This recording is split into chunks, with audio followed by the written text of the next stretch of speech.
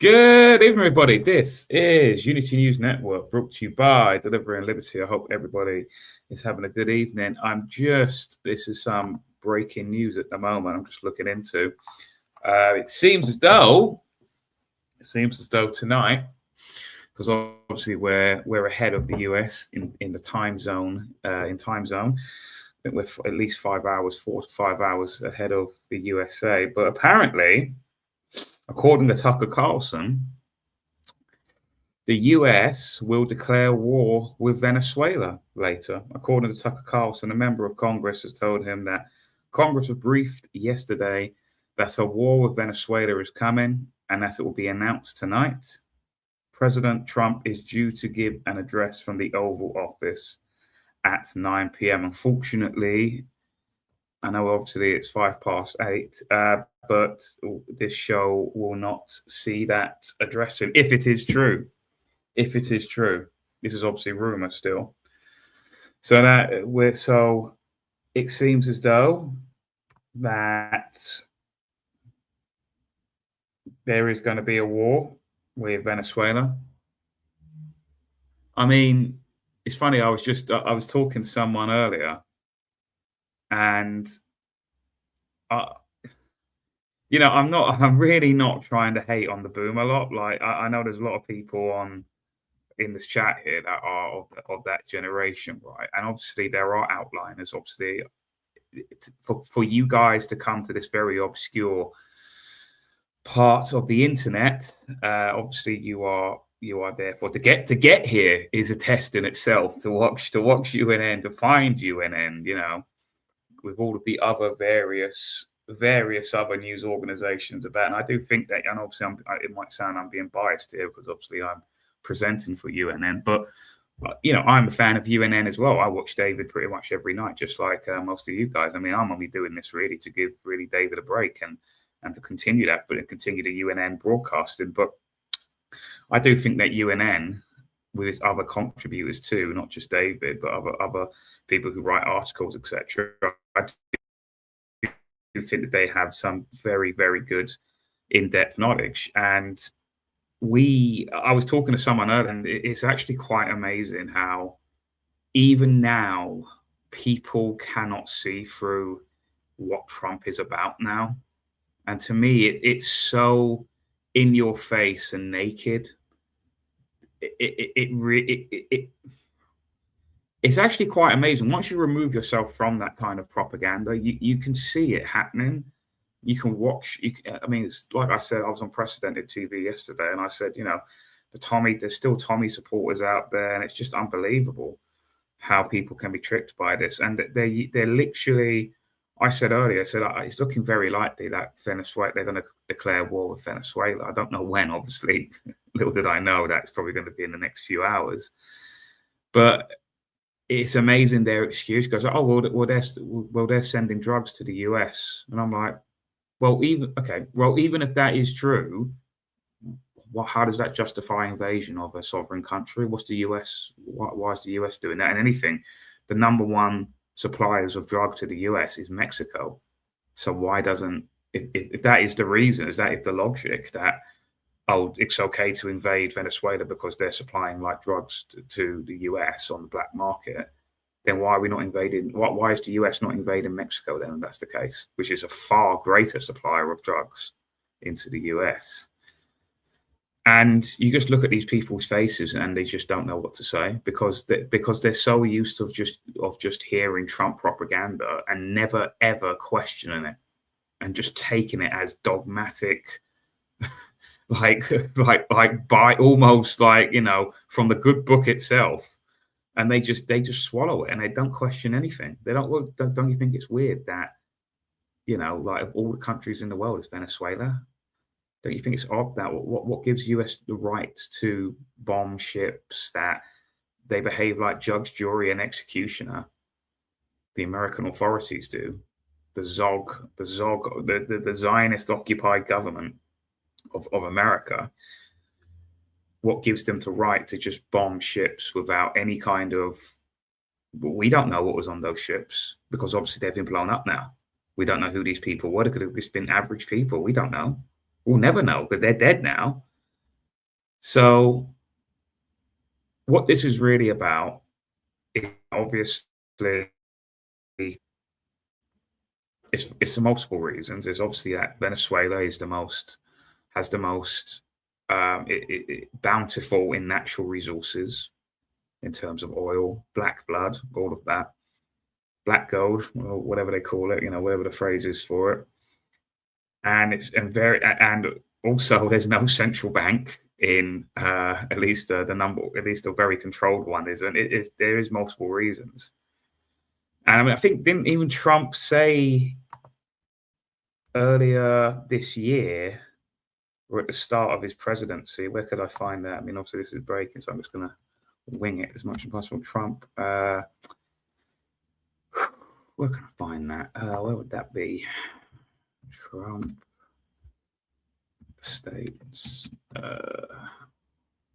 invasion of Venezuela. Let's see. But there was a video, and I'm not going to be able to find it now because obviously this is going to be news everywhere now. It's going to be lost in it's going to get lost in the chaos of the. But when he became president again a year ago, he pretty much announced that we're going to invade Venezuela. And he sort of made crass comments like, "We could just take them over. We can just do that. They got lots of oil." And all of this kind of stuff. So let's see what the trending is. Let's see. Well, I was going to talk about his buddy Mark Levin, about what he's saying at the moment at the White House. Where is the?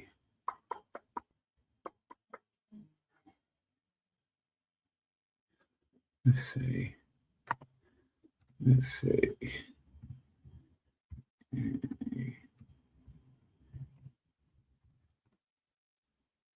Venezuela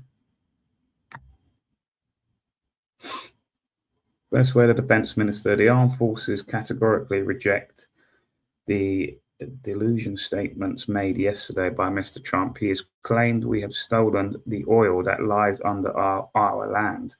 The truth has been revealed. It's not about narco-terrorism. See, that's the thing as well. That's part of that Trump propaganda, the American propaganda, the American empire propaganda, is that they have been spinning this term narco-terrorism, obviously meaning like drug.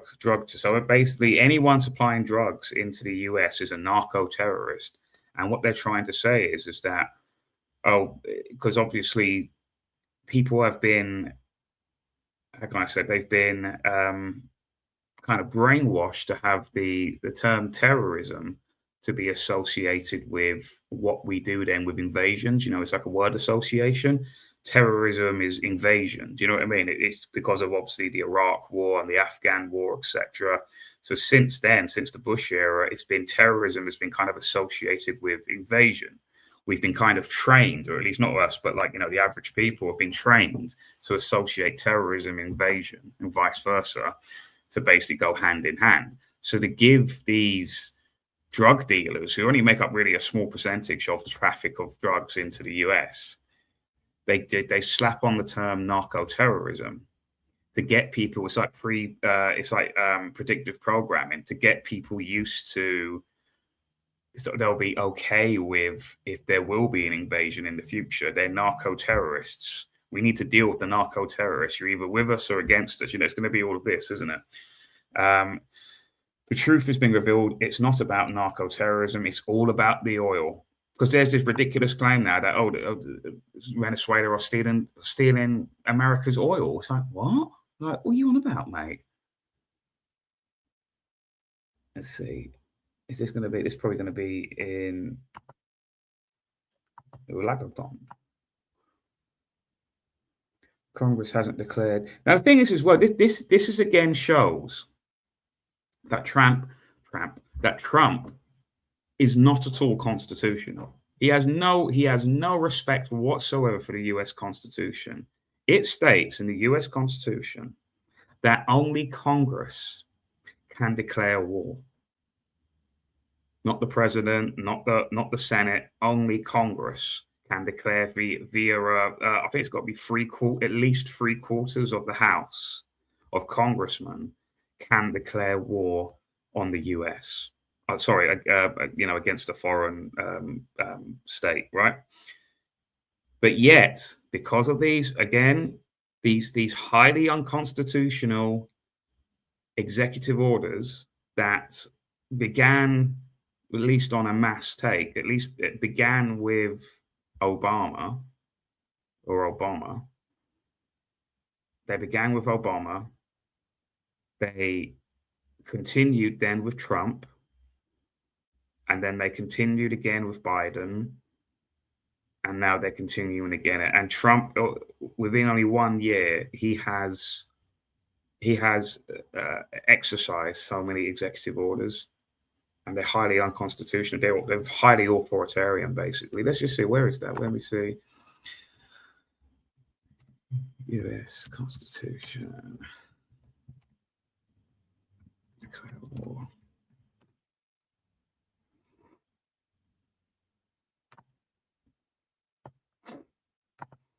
The U.S. Constitution grants Congress the exclusive power to declare war, as stated in Article 1, Section 8, Clause 11, which gives which gives Congress the authority to declare war, grant letters of marque and reprisal, and make rules concerning captures on lands and water.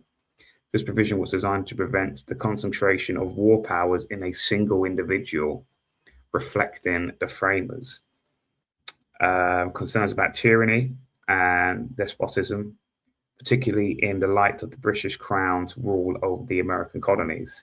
Since the Constitution's adoption in 1789, Congress has formally declared war on 11 occasions, including the War of 1812, the Mexican-American War, the Spanish-American War, and 2 world wars. However, the president, as commander-in-chief under Article 2, Section 2, has often engaged in military actions without a formal declaration, raising instead of congressional authorization, such as the Gulf of Tonkin, that was a total psyop in its resolution, or the authorization for use of military force, or certain inherent executive authority in cases of national emergency.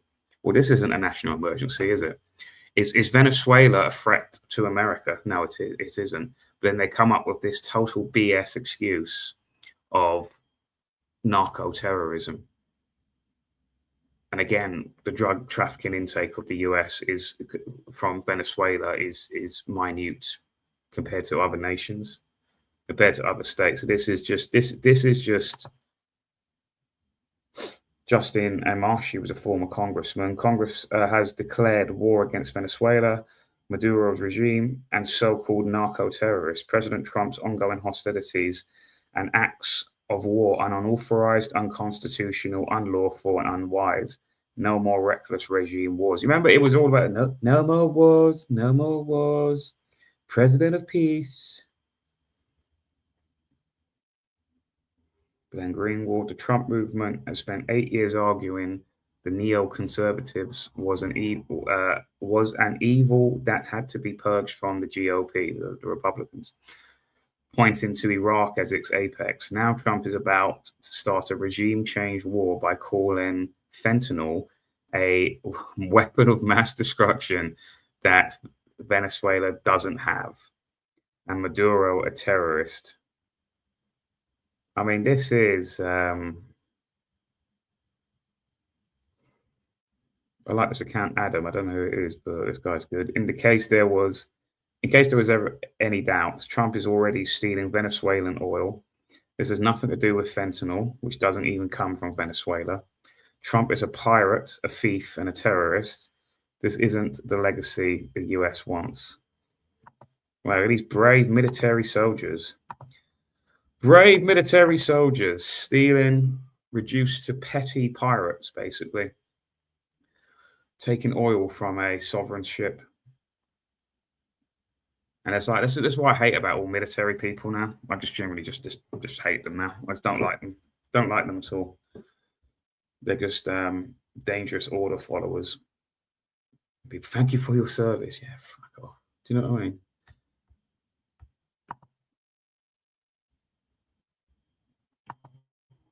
There's no sound in this, by the way, just so people are. Where's the audio?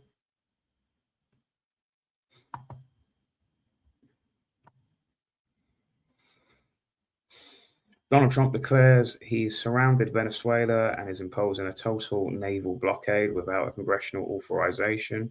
In international law speak, this is an official declaration of war from the United States to Venezuela days before. Ah, yes, of course. Of course, days before the Jeffrey Epstein files release. So, if people don't know, I forgot about this. This Friday is the deadline for basically the Epstein files to be released. You know why? Why didn't I think of this? Of course, that's probably the number one reason, isn't it? Is that this is going to basically they're going to release the Epstein files. I already expect that the deadline will not be met. Friday was the max. This Friday coming is the maximum. I mean, they could release it today, for example, or yesterday, or tomorrow, but they're not probably not going to do that, are they? They're going to, if it isn't released by Friday, it will get delayed, and when eventually they are released, remember, Pam Bondi has authorization again due to national security. It's going to be redacted. There might be some people who will have to bite the bullet, basically. There have to be some sacrifices made, as we've seen with Bondi Beach. There'll have to be some sacrifices made in order to preserve the Zog, basically Zog, the Zionist occupied governments of the world. There'll have to be some people will have to be sacrificed, whether that will be in terms of their reputation, right? That's what's going to happen. So this is all going to be used as a distraction. You're going to get, because Larry Ellison, or his son, David Ellison, has now bought pretty much most of the major media in America. Probably in the next few days, there's just going to be blanket coverage now of Venezuela, talking about Venezuela, whether that means there's going to be an actual American incursion, like invasion into the land of Venezuela. We don't know. But it's probably just going to be blanket coverage. Epstein files probably going to get very, very little coverage. They'll have to do some kind of release, some kind of soft release of it. But the mainstream media, and unfortunately, a lot of people still watch mainstream media. It is really sad that people are still watching it. They'll go, oh, I hate the BBC, but they'll still watch it. It will still be on in the background. Even their dogs, they leave the TV on. Even the dogs are listening to it when the owners are out. So days before the Epstein, what's Trump said? What's Trump is failing Truth Social? What's he said? Venezuela is completely surrounded by the largest armada ever assembled in the history of South America. It will only get bigger, and the shock of them will be like nothing they have ever seen before. Until such time as they return to the United States of America, all of the oil, land, and other assets that they previously stole from us. What? The illegitimate Maduro regime is using oil from these stolen oil fields to finance themselves, drug terrorism, human trafficking, murder, and kidnapping. Don't you have that going on in Congress, mate, with all the Epstein stuff going on?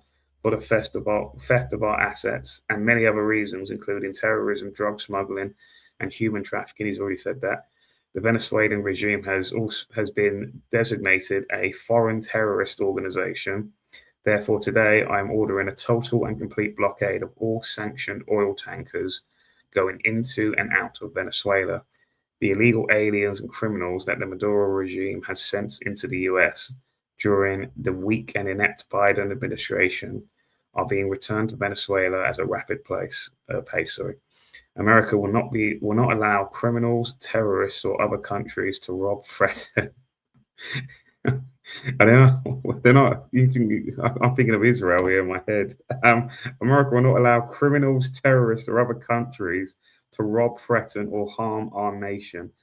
And likewise will not allow a hostile regime to take our oil, land, or any other assets, all of which must be returned to the US immediately.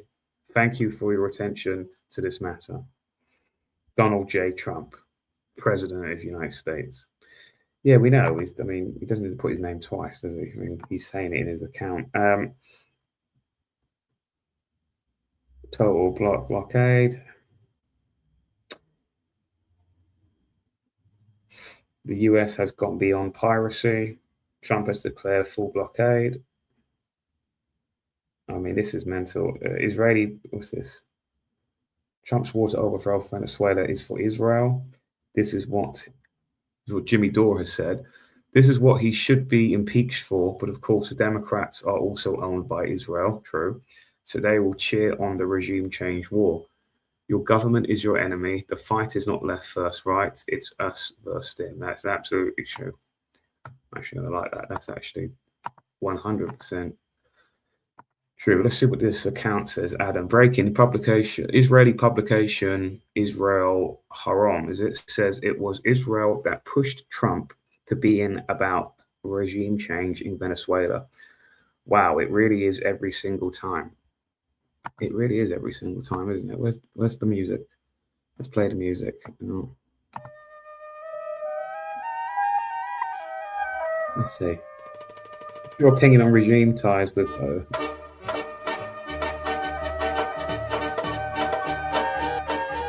let's see, like Iran and Russia are truly the foreign factors interfering Venezuela's affairs. And this has been the situation in recent decades. Iranian Revolutionary Guards operate our air force bases, thinking soldiers in producing and using drones, training soldiers in producing and using drones, turning Venezuela into the only Latin American country manufacturing Iranian armed drones. Under Maduro regime's protection, Tehran expands its terror networks and launches money across the region for terror organizations like Hezbollah. With Maduro's permission, the Iranian regime prevented Venezuela's military and security forces. As for Russia, it remains the main weapon supplier to Venezuela's authoritarian regime. The Russians supplied the regime with fighter jets and air defense systems, and even launched a Kalashnikov factory in Venezuela for ammunition production. In return, they receive oil. Since Hugo Chavez's rise to power, Venezuela has become one of the most hostile countries to Israel and Zionism in Latin America. Chavez, who saw himself as Fidel Castro's ideological heir, has an ally. Well, he's Castro's actual heir. He went on to become Prime Minister of Canada, didn't he? And an ally of other leftist regimes. Served diplomatic relations with Israel during Operation Cast Lead in 2009, accused Israel of genocides against the Palestinian people. Well, that's true. And compared its policies to Nazi conduct. Not really seeing anything wrong with this. He hosted declarations from Hamas and Hezbollah and opened the country's door to Iranian intelligence and military activity. His successor continued the anti-Israel line and even more intensely. Thus, Venezuela, which previously maintained warm relations with Israel and even purchased security technologies from it, became a center of hostile propaganda towards Zionism and the Jewish state as part of its aspiration to define itself as the spearhead of the anti-Western and anti-American camp. And like the terror-loving dictator facing her, Maduro promises to change her country's attitude towards Israel from one extreme to the other, and doesn't hide her sympathy but towards us. In recent years, she spoke about her. Who's this? Machado. Who's that? Machado. She spoke about her intention to establish Venezuela's embassy location in Jerusalem and stood with the Jewish state after October the 7th, while Maduro supported Hamas.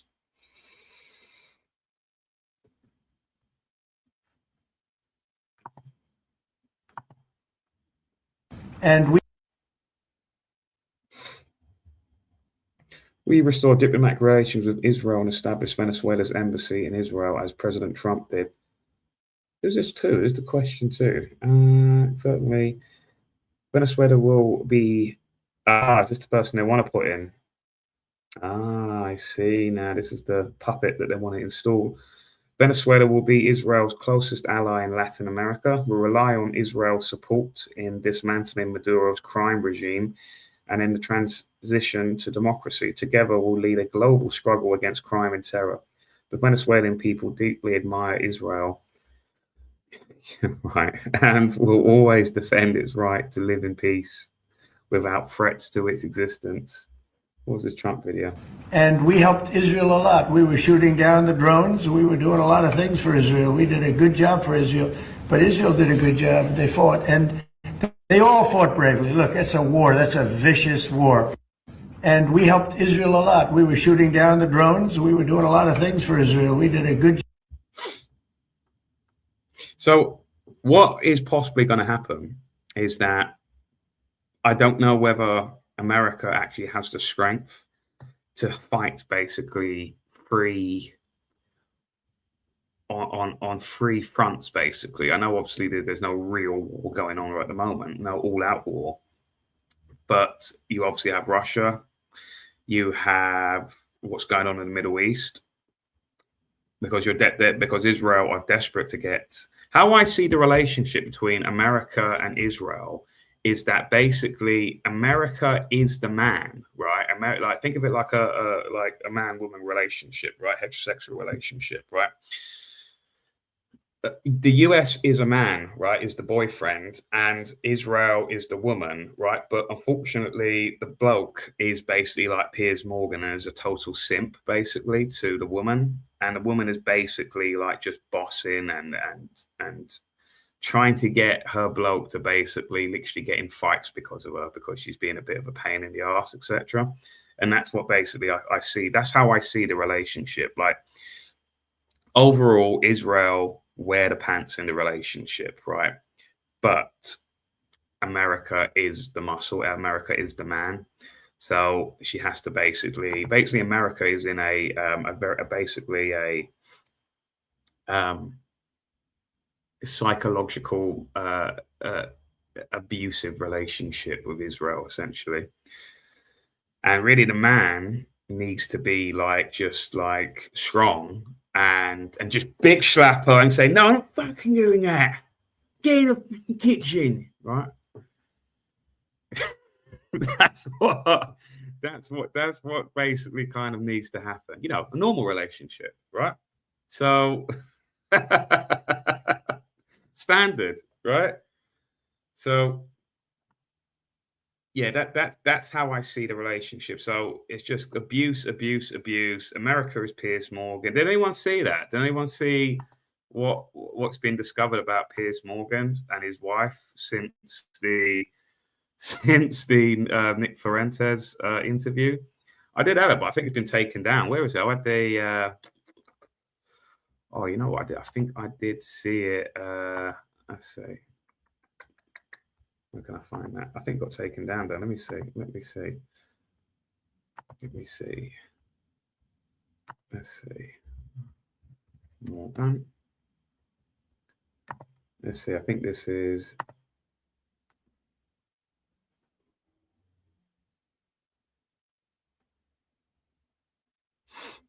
No, it's been taken down. That's so annoying.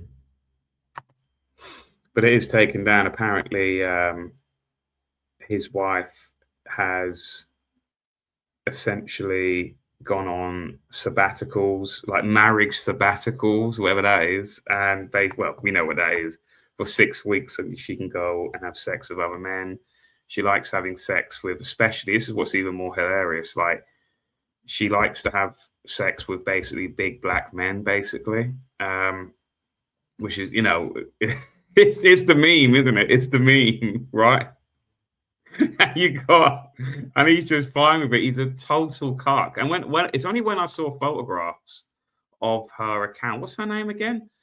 What's Piers Morgan's wife called again? Piers Morgan's wife. Let's see. We'll go on her Instagram to show what I mean, right? if she's not sort of Celia Warden. Celia Warden is her name, right? So let's see if she hasn't. Oh God, because the Nick Fuentes fans they found her account online, and they've been leaving comments. Is this it? Is this the one? Is this the one? This is the one. Has she taken down certain photographs though? So this is basically the relationship between the US and Israel. Yeah. Let's see. Yep. hmm The book is called how to how to live life with a huge penis. I actually wrote this book. Yeah, how to live with a huge penis. Advice, meditate. Yeah, and the wisdom for men who have too much. Yeah, I wrote this book. So she's a bit of a how can we say it? She let's see some more. Like when I saw this, right? When I saw not this one, when I saw this and I saw Piers Morgan, right? He is just such a simp. I know people like this, and as soon as I saw it, I thought, oh my god, yes, he is a total simp, isn't he? He's like a total cuck.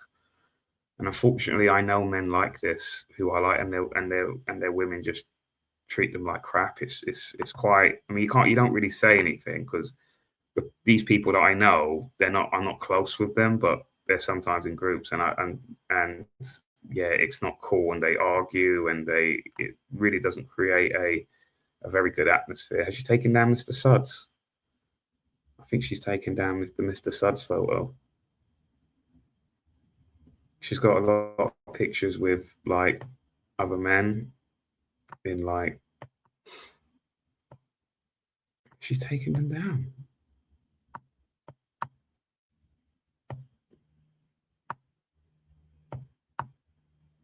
Let's see. I think she might have taken them down, guys, because they're a bit too. They've been getting a lot of comments. Let's just say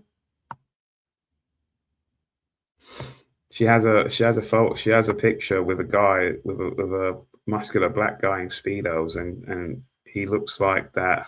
He looks like that. He's cleaning her car, and she says something in it like, when the husband's away, Mr. Suds will play and this sort of stuff, and he's washing her car. And there's actually I've seen news articles about old stories about Piers Morgan is very basically not controlling, but he's quite attached to his wife out in public because he's basically worried that she's going to sleep with other men. When the husband's away, Mr. Suds comes to play.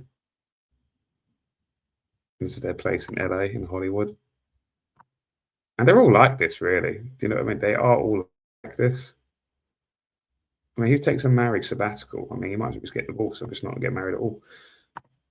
So that's basically the relationship between the US and Israel, is that they are just, it's just basically a psychologically abusive relationship. Trump's war is overthrown. So meanwhile, this is what Trump's been doing in the White House yesterday and today, basically.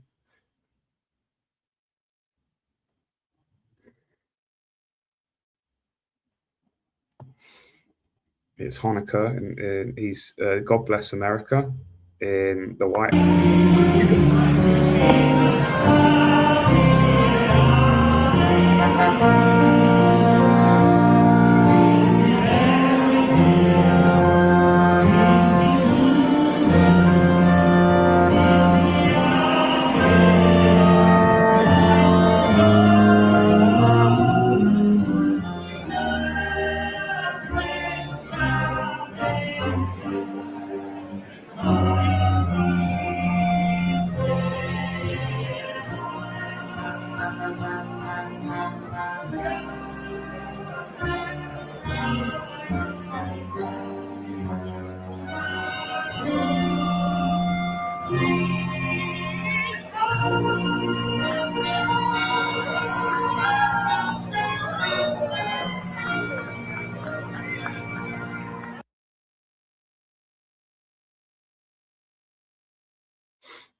Mark Levin, this is even David Curtin reposted this. Trump reaffirms he is Jewish. Mark Levin, this is our first Jewish president.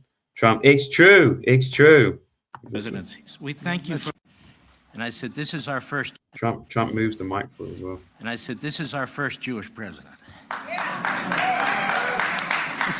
Now he's the first Jewish president to serve two not consecutive presidencies. We thank you for everything. That's true. Bad things happened on the second one.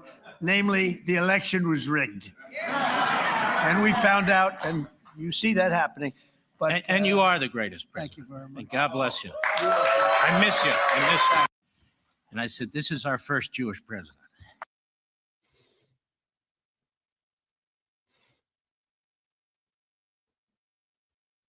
That's the full video. President Trump vows to always support the Jewish people at Hanukkah. I will always be, as President of the United States, I will always support Jewish Americans, and I will always be a friend and a champion to the Jewish people. I have been as president.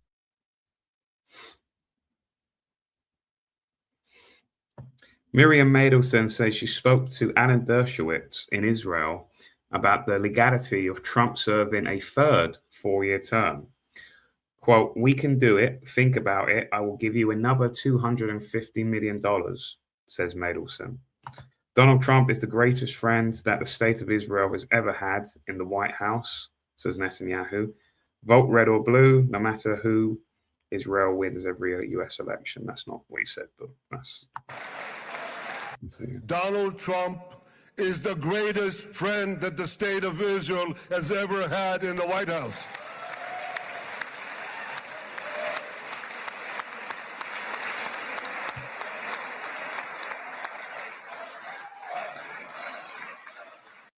Donald Trump. She says she spoke to Alan Dershowitz. People don't know Alan Dershowitz is like the most stereotypical, when you think of like a Jewish lawyer, he is basically that stereotype. He's been Alan Dershowitz is an American lawyer, law professor, author, political commentator. He's best known for his expertise in U.S. constitutional, how to get around it, probably, U.S. constitutional and criminal law, high-profile legal defenses, and strong advocacy for civil liberties. Dershowitz taught at Harvard Law School from 1964 to 2013, becoming the youngest full professor in the school's history at 28. He held the title of Felix Frankfurter Professor of Law, and is now he's represented numerous high-profile clients, including O.J. Simpson, Mike Tyson, Jeffrey Epstein, Donald Trump. I mean, they all share the same lawyer. This is even like the wrong-uns, right? During the first impeachment trial, Dershowitz played a key role in negotiating Epstein's controversial 2006 non-prosecution agreement. I mean, that was the sweetheart deal that they talk about. The Epstein controversial 2006 non-prosecution agreement. He is known for books such as blah, blah, blah, blah. A former Democrat, Dershowitz left the party in 2024 after 6 decades, citing increasing hostility towards Israel. He's a prominent defender of Israel in public discourse and has been active in legal political commentary across media platforms. He's I really don't like this guy. I think just a total scumbag. If you were to ask me, to represent those people as well, all total wrong-uns. This is what I mean. Like, this is why the Epstein files. They're gonna have to. They might make some sacrifice some pawns. Mid-tier kind of pawns in a way. Maybe like the Speaker, Mike Johnson, for example. I can see him being thrown under the bus, and perhaps some others. But Lizard, as Carmen says, true. And they're just going to basically. I mean, this, they all share the same kind of. They're in the same inner circles. Everything. Howard Lutwitz, for example, the Commerce Secretary. he shared, the second lucky guy who basically didn't turn up for 9/11 that day for work. It shared basically the same floor. It was basically his neighbor Jeffrey Epstein was in the next office essentially, and he sits now on Trump's cabinet as Commerce Secretary. So this is why the Epstein files, they're not going to get, if they're not going to be redacted, there's going to be something. They're going to be delayed, and this war is basically, this Venezuelan war is basically just going to be used as a diversion to it as well. I mean, do you remember when Ghislaine Maxwell she was in court? I mean, what was going on at the time? It was that stupid, what was it? The two actors, what do you call them? The two actors having a divorce. Like, who cares? I can't remember their name now. Johnny Depp and Amber Heard. You had that going on. A divorce in Hollywood. Wow, what a shocker. This deserves definite massive news coverage. The divorce rate in Hollywood is like 99%, as in they always get divorced. You know what I mean? Like only 1% of celebrity couples actually stay together. Of the whole thing. It's like, wow, we need massive news coverage of this. We need people to take sides. You know, it's all about division, is it? Are you on team Heard? Are you on team Depp? What side are you on? That was going on. Whereas the bigger case of obviously the Maxwells, that was going on. But no, we got to talk about Amber Heard and Johnny Depp and all of that crap. I remember Nick Carter. I said, you actually falling for this crap because he was on team Heard, and I was like, dude, there's the Maxwell case going on. He gives a crap about this, right? But some people, obviously, they fall for that division sometimes. And they're masters. They are masters of division. And I was saying it on the show yesterday when we had one of the guests on, Basil Valentine, who was saying they are masters of division. Russia, Ukraine. Are US going to be able to deal with Russia and the Middle East? Because basically all of this is what's going on now, especially the last couple of days with the Bondi Beach stuff. It's all about, they're going to blame it probably on, because Mossad are now getting involved in the investigation at Bondi Beach. And I'm sure they're a trustworthy organization going to do a very due diligent, objective job on it. And no doubt it's going to be determined that it was ISIS. ISIS did it. And even though ISIS has nothing to do with Iran, it's basically going to be portrayed like that, because basically Australia, France, the UK, and this is why I think about there's possibly going to be some kind of similar attack in the UK coming, maybe even over Christmas, but I don't know. We don't know, right? Because it's like punishment for recognizing Palestine as a state, as a sovereign state. So and Congress has declared in the past, or at least is it Trump has declared in the past, that if they can prove that basically Iran are doing these acts of terror in the West, then America will get involved. So if it's determined that it is an Iranian linked organization, even though ISIS has nothing to do with Iran, but people are stupid and they fall for this, right? And it will give leverage then for the US to basically get involved in the Middle East. So that is a possibility that may happen. But now they're definitely going to get involved with Venezuela because it's obviously nearer to home for the US. They're going to leave Russia and Ukraine alone, I think.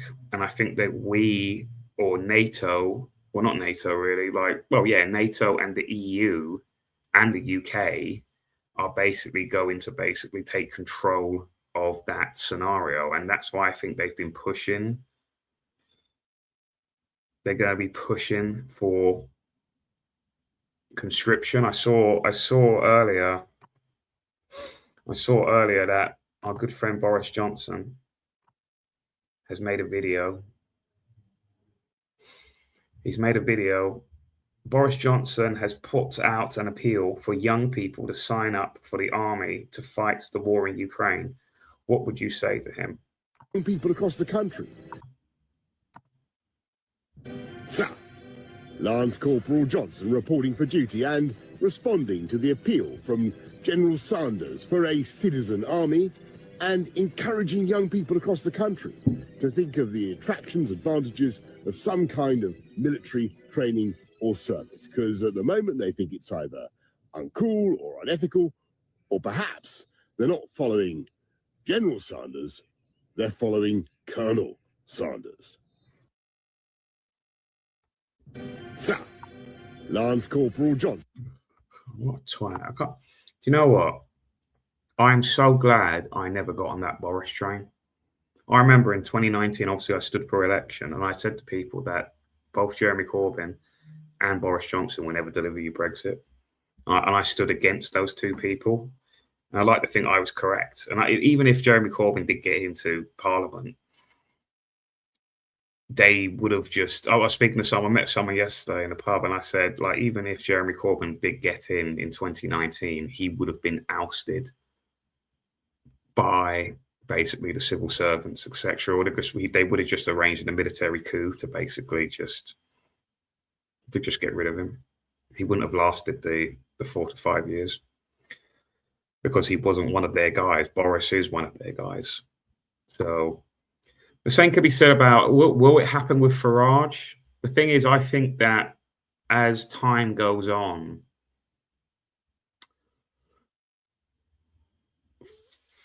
Farage is becoming more and more neutered, and he probably is aware that the civil service won't work for him, but he perhaps at the same time is making some kind of backroom deals with them. I don't know, but Farage is more their guy than Corbyn. Let's put it like that. Corbyn was, even though Corbyn's not one of our people, Corbyn was definitely more counter-establishment, if you get what I mean. He was more like, he was more radical. What I mean by radical is that he's radical to the current establishment that are in there, and they just didn't want it. It wasn't one of their people. Farage is more one of their people than Corbyn is, if you get what I mean. But the extent to what they will let Farage do. I mean, at the end of the day, Farage was basically used as a pressure valve because of Nick Griffin and the BNP. Two people came out of the collapse of the BNP or nearing the collapse of it. Tommy Robinson, when he was still known as Stephen Reactley Lennon, and Nigel Farage.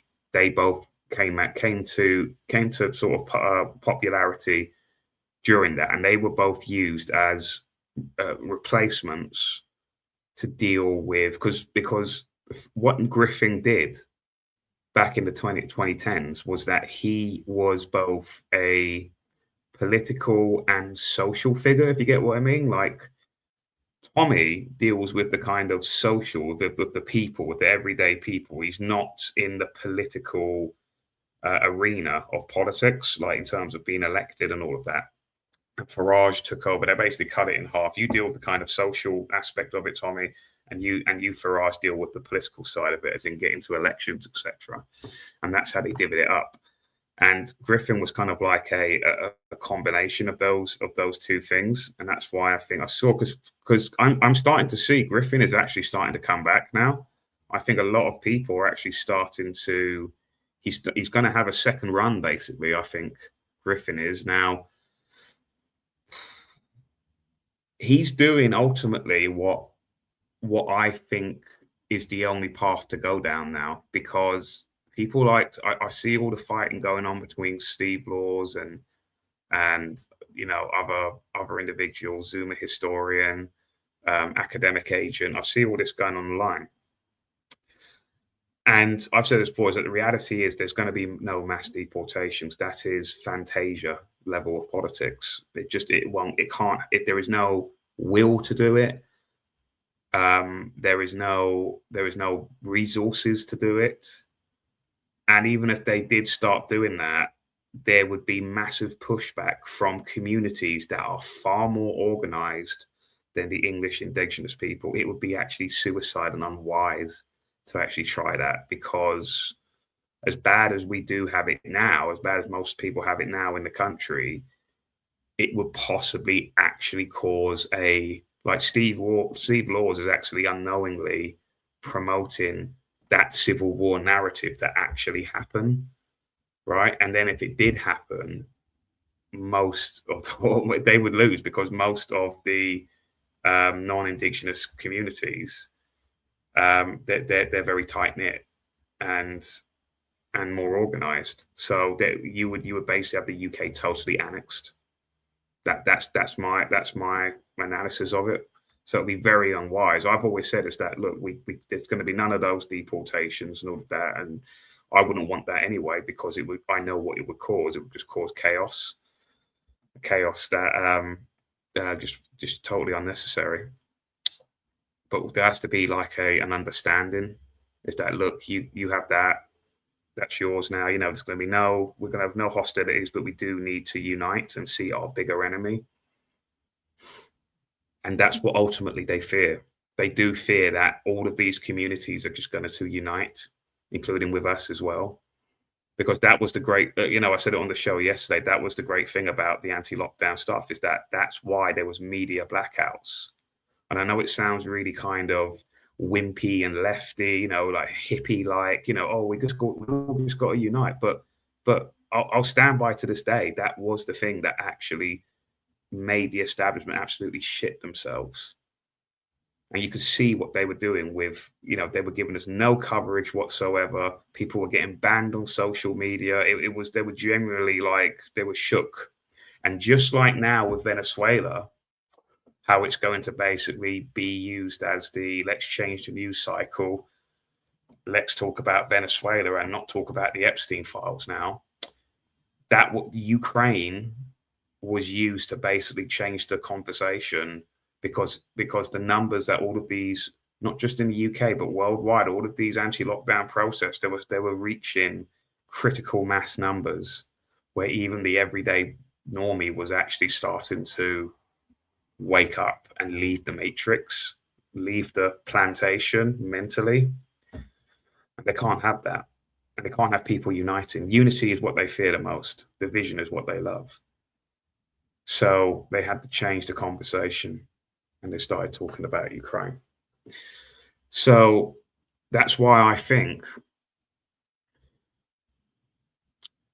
there is, like, you look at even though the topic of remigration and ethno-nationalism, I think objectively you could say is far more taboo and far more, you could even say it gets into a bit of an ugly kind of discussion sometimes and quite heated discussion.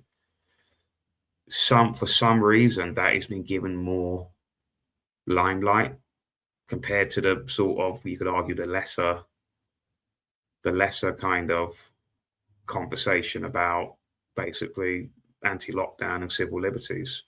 Why? Why? I always say, why is it being given? Like, why is Nick Fuentes being given massive push? Why? Because ultimately Nick Fuentes is speaking a message of division. I get where he's coming from.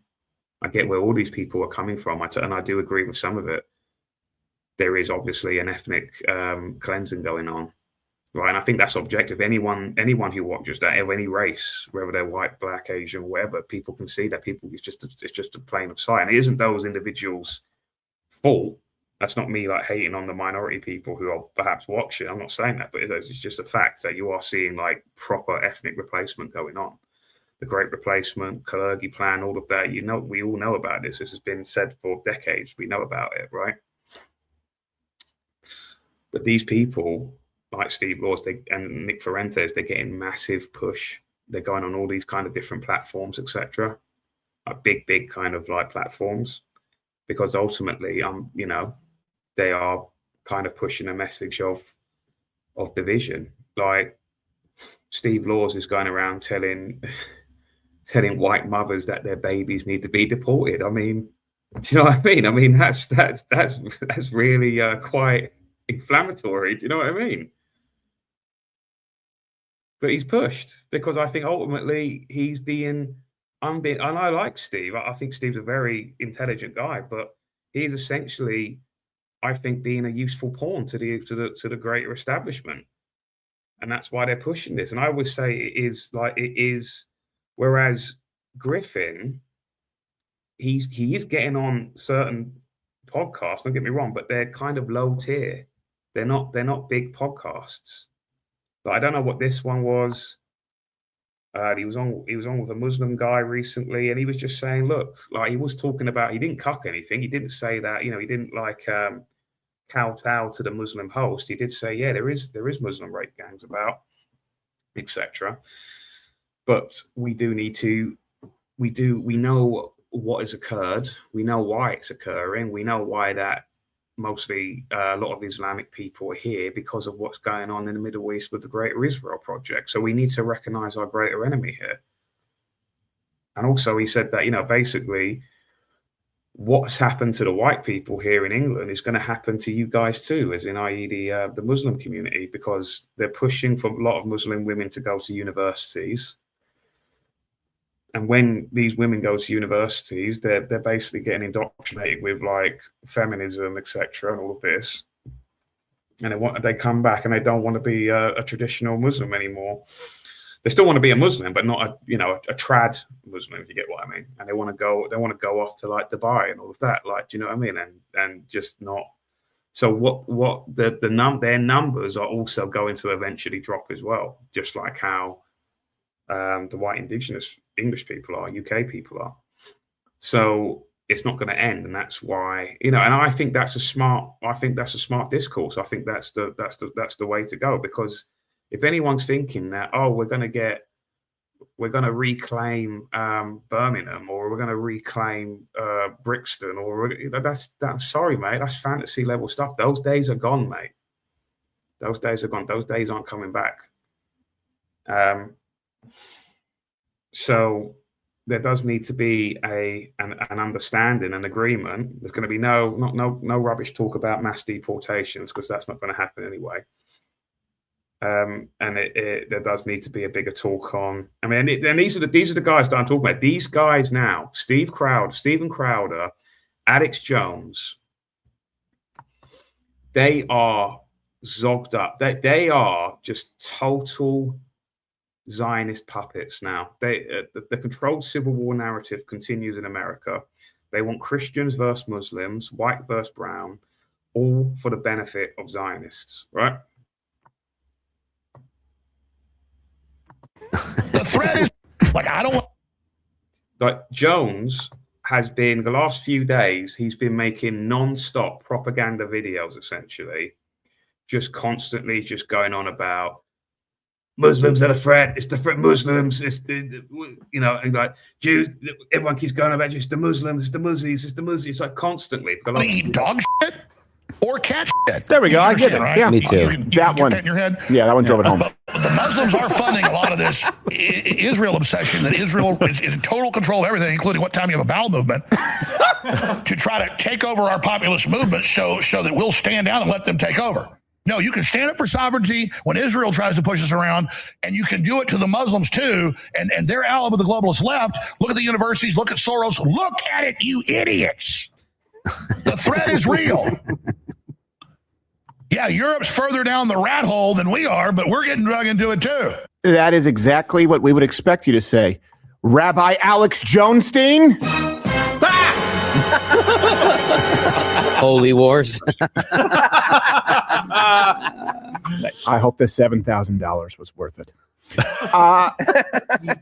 He's so right. He is absolutely correct. And here's the thing. Sometimes, if you want to avoid getting into pissing matches on these things, it is helpful to have a blanket statement that, by the way, is perfectly in line with the idea of MAGA, of conservatism, of America first. How about none of it? How about none of the outside influence? Obviously, Crowder is being meta there and making fun of the people like us who say, you noticed that, because Crowder is also, I don't know if people saw the recent interview he had with Nick Fuentes, and he still recognizes Muslims, Islam as the number one threat in the West, where I think a lot of us are seeing basically the kind of bigger picture here. What is going on is that basically we are being, what did that Pat McGuinness say of the National Housing Park? We have been tricked basically to hate a certain people, when in fact it is another group of people who are actually facilitating the other group of people from coming in, and then basically we're just wasting time fighting each other, and we never get anywhere. This has made also about, I met Alan Dershowitz. He said, 4 more years, we can do it. Crowd chants 4 more years. Trump said, think about it. I'll give you another $250 million. If people don't know, Madelson is a dual citizen. She apparently likes America, apparently, but she only really cares about Israel. I'll always be a friend. I've always done that one. Where's the longer version of that video? Let's play that one. Up, Miriam. Come up here, Miriam Adelson. You want to come up, Miriam? Come up here, Miriam.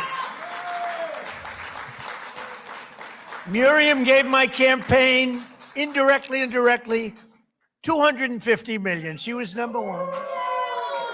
When somebody can give you $250 million, I think that we should give her the opportunity to say hello. And Miriam, make it quick, because $250 million is not what it used to be. Okay? Yeah. Because of that inflation that basically you lot are causing. Incredible woman with a great husband, a man that loved Israel. Well, Mr. President, when you were in the Israeli parliament and you gave a speech and you saw me from far away, at that time I came with a scooter to the parliament just to hear you. I wanted to hear you alive. And then you say, Miriam Adelson, and I stood for a second, but it was so painful, so I said. Then you screamed, Miriam, stand up! And I wish you would have known, but I stood up and heard all your compliment, and thank you very much. I saw you back there standing. Yeah, you saw me. She stood Thank up you. bravely. And now I met Alan Dershowitz, and he said the legal thing about 4 more years, and I said, Alan, I agree with you, so we can do it. Think about it. Alan's here someplace. Where's Alan? Alan is here, or he had a flight? Alan is here?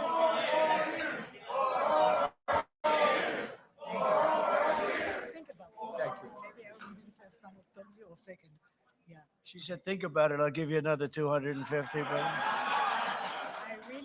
But her husband, Sheldon, was an amazing guy, and he'd come up to the office, and there was nobody more aggressive than Sheldon. I think I spent more time with him and you, because you usually came up together, but is this Trump like in his old age, and he's saying the quiet bit out loud, and he's just basically saying, yeah, we had these two in the White House all the time, these non-government officials, these residents of Israel, essentially, they were always in the White House, and they were aggressive. They're always telling me what to do. Like he's just like 4 more years. First of all, I don't think Trump is going to live through the 4 years now, right? Or he's at least not going to be mentally well enough. He's slowly turning into Biden, right? I think what's going to happen is that, well, I mean, I just can't see. I mean, he's too old now. He's too old. He's not well. You know what I mean? It'd be pointless. They would rather have a young buck like J.D. Vance take over, who's just another just another total Zionist, or someone like Pete Hegsworth or Marco Rubio, someone like to that sort of element, and then they will just do anything that Israel says. Anything.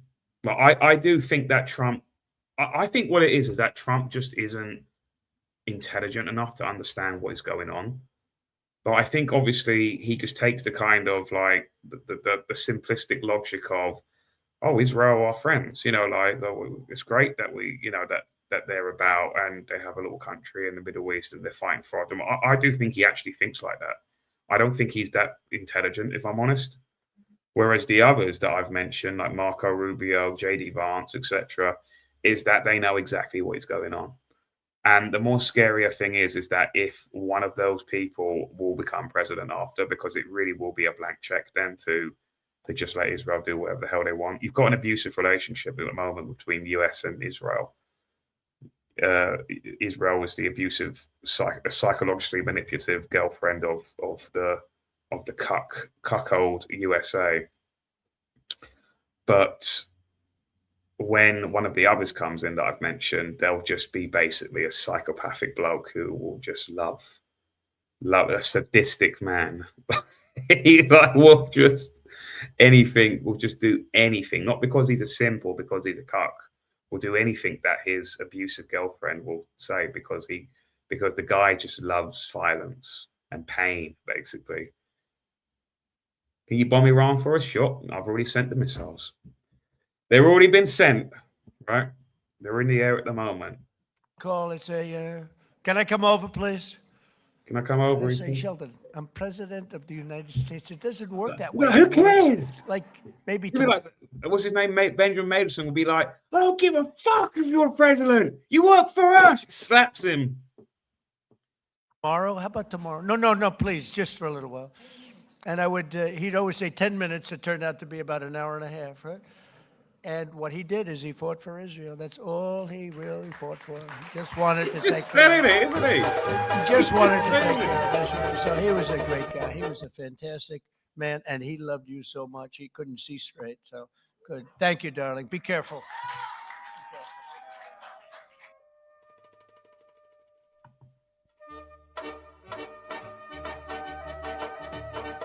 Look, the thing is, right, I hate talking about Israel, but it's always in the news. This is just what's in the news. This is like everyday stuff now. You might as well have the Israeli cabinet just basically just living in the White House at this point, because it's just constant.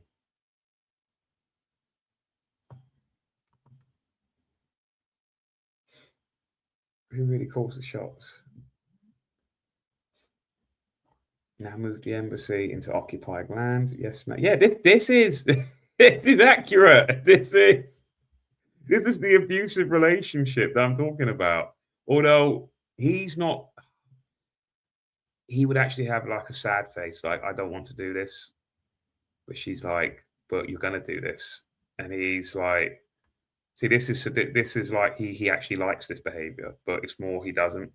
That's what it is now. If it's JD Vance, if that was JD Vance, then yes, the smile would be fitting because he's a sadistic psycho. So at least Trump is being very direct and unintentionally hilarious. Gave him 250 mil. Yes, he said out loud, no hiding, no spin, just exposing. Is like, no, see what? See this? Is this a Q? Is this a Q-tard? Is this a QAnon? Truth seeker exposing the establishment, standing with the oppressed. Did it must be like really, really quite.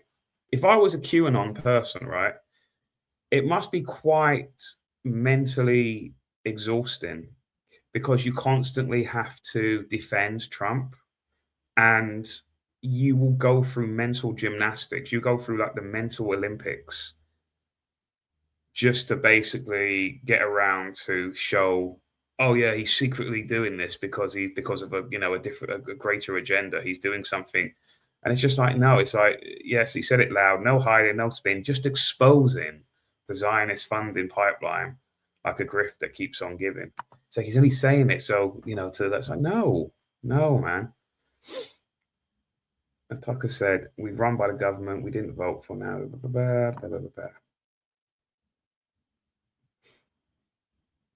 Yeah. Yeah, that's accurate. Accurate meme. Accurate meme. MAGA is basically just becoming neocon. Yeah, that's how I feel. I've got fatigue. Yeah, I've got that fatigue. I've not seen these. This is actually quite funny. Yeah. That's funny. Yep, Henry Ford, yep.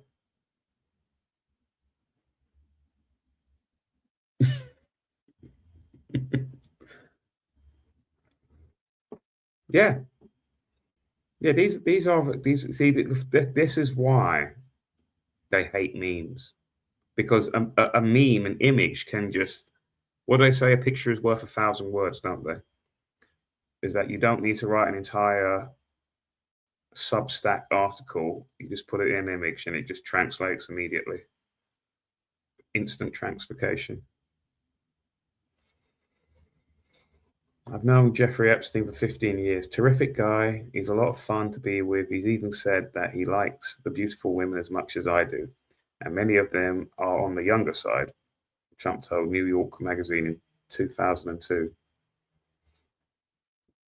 Yeah.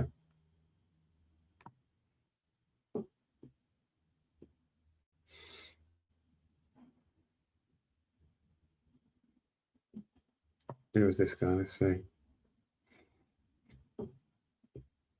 If a politician ever says, it's not that simple, what they're saying is, someone has a video of me having sex with a child. And if we know that's not the case, the only other option is, someone paid me to do the opposite and I already spent the money. So those are really the only two options why rational things can't happen. Shouldn't there be accountability for politicians? I think if you're a politician and you steal tax dollars, you should be castrated on live TV before they do the Powerball numbers. Wouldn't that make a change? Hey, in the Middle East, if you steal something, they cut your hands off. Guess what you can't do more than twice in the Middle East? That's right, steal things. So it's like, I think every politician should be a 24-hour streamer and their bank accounts should be transparent. And then the politicians go, oh, but you know, that's a really high standard for the job. That's really hard. Oh, really? Is it too hard to run the world? Is that tough? I heard Uber Eats is hiring if you want something more chill. Well, like, yeah, why should it not be a terribly hard job to run the whole world? Why are we making it easier and easier? They're not even working this week.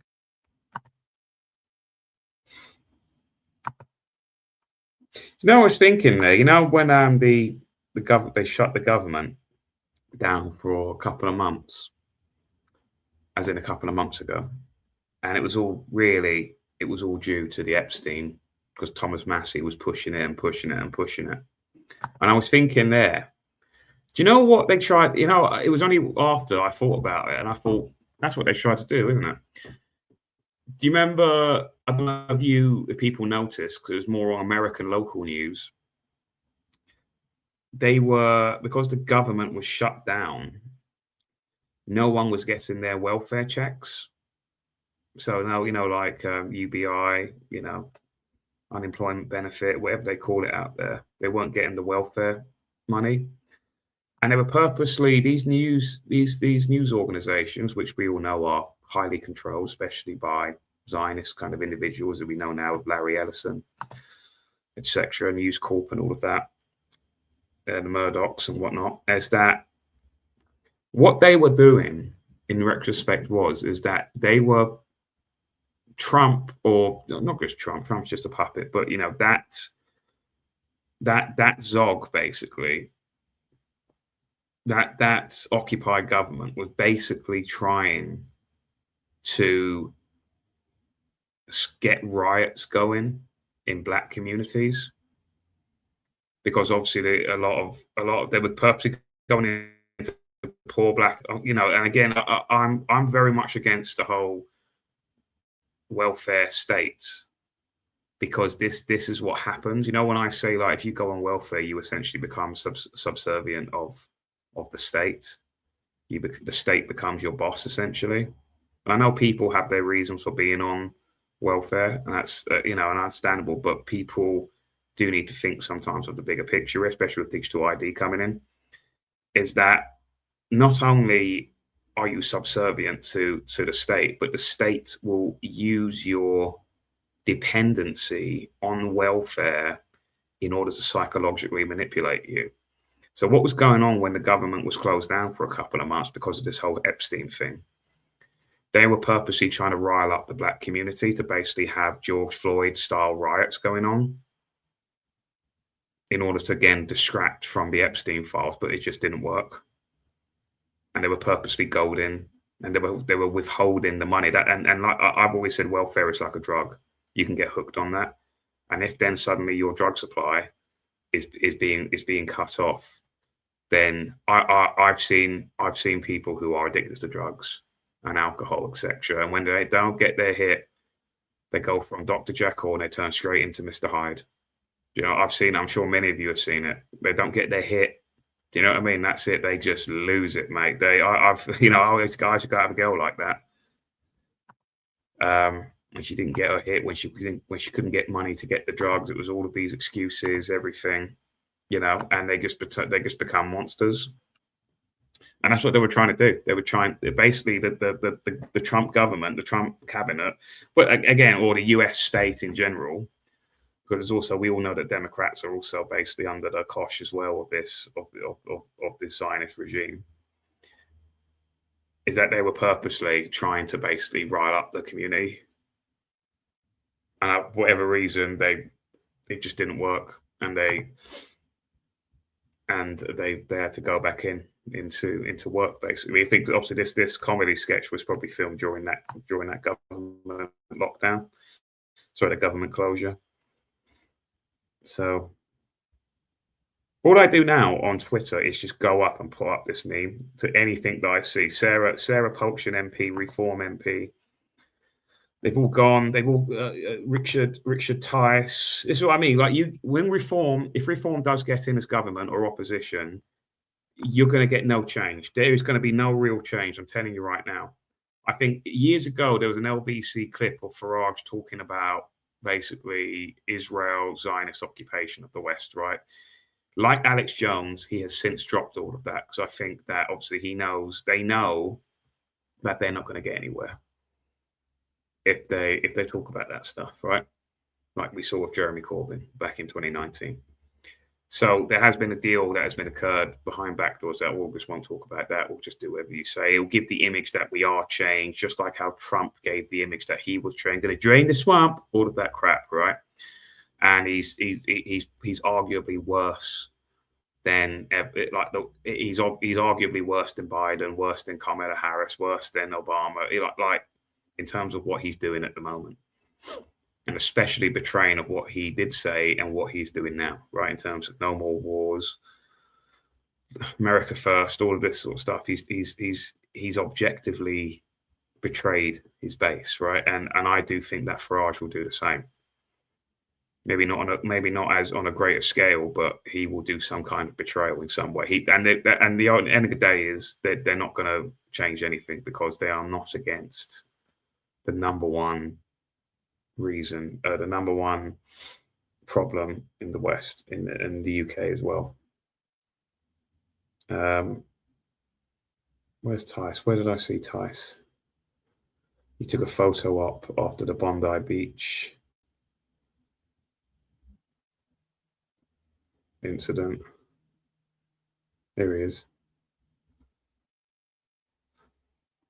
Hanukkah vigil at Parliament Square, shining a light through darkness, remembering those, the morning Sydney. And he's only there, but yes, people died. It is sad, right? But he's only there just for a photo op, just so he can, get the meme out of the $7,000 kind of, he knows what he's doing. He knows what he's doing. He knows what's going on. And so does Farage. Trump, like I said, he's a bit of an idiot. I don't think he properly understands what's going on.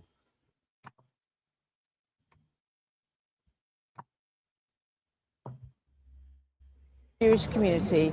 I was here last night in Parliament Square with members of the Jewish community for the victims of the Sydney atrocities that we witnessed on the weekend.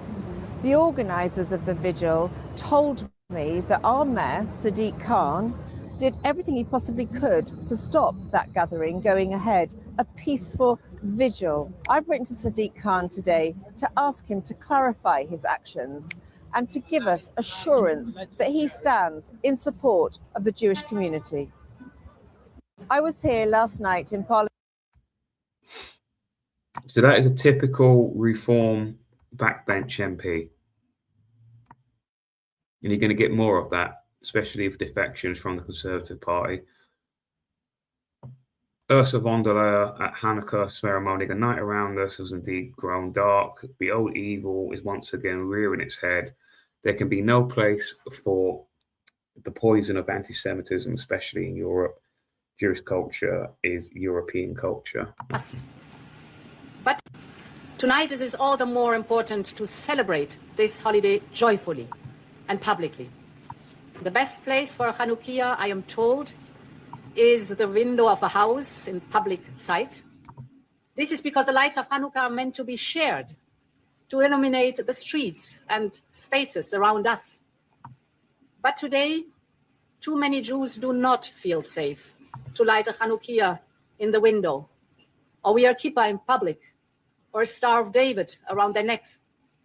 Many must walk past armed guards to attend the synagogue and worry about sending their children to school. The night around us has indeed grown dark. The old evil is once again rearing its head. There can be no place for the poison of anti-Semitism, especially in Europe, because freedom of worship, freedom of speech, freedom from fear, these are fundamental to our European Union. And today, this is our responsibility. We must ensure that Chanukiot can shine from windows across the continent, just as this one shines in Brussels tonight. In times when Jewish life is so much under pressure, I welcome all the more the creation of the House of Jewish Life in the heart of the European Quarter, dear Nehama and dear Avi.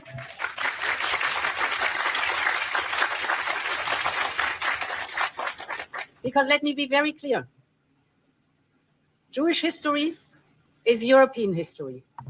Jewish culture is European culture. And Jewish life must be able to flourish for Europe to flourish fully. This is something which is enshrined in our European Union. I saw Pandora's Chaser's comment there that Bondi Beach is such a false flag. And yeah, that is. I'm going to play. You know what I'm going to play? I've not properly listened to it. I'm going to put on the Grey Zone. Had on, what's his name again? Oh, I can't remember his name. Max Blumenthal, that's it. So about a year ago, he came onto the Grey Zone, which is a media outlet, right? Has a YouTube channel, but also it's a news outlet, website, etc.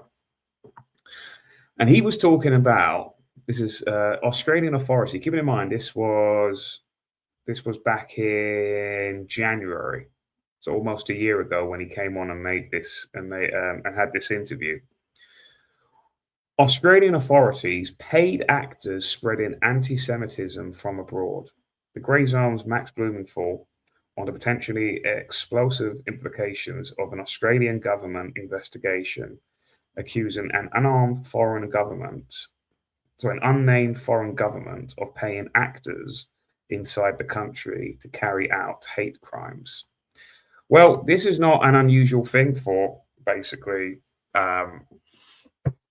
Zionist individuals. I mean, remember in New York a couple of months ago, we had a rabbi who was caught spray painting swastikas on walls and then blaming, it's Nazis, it's anti-Semites, and all of this sort of stuff. And it was actually a Jewish rabbi that did it.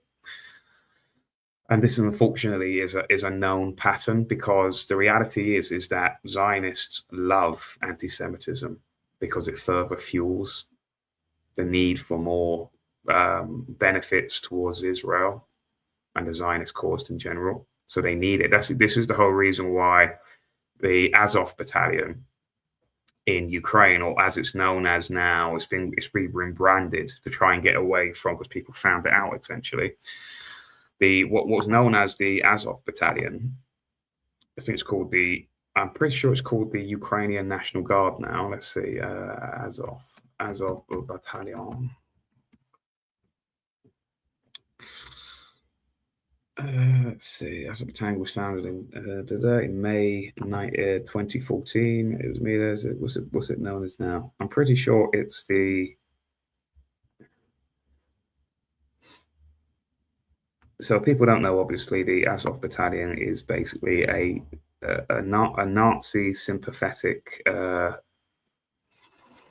military unit that was a mercenary group of people, but have since been brought in, officially been nationalized and is now officially part of the Ukrainian military.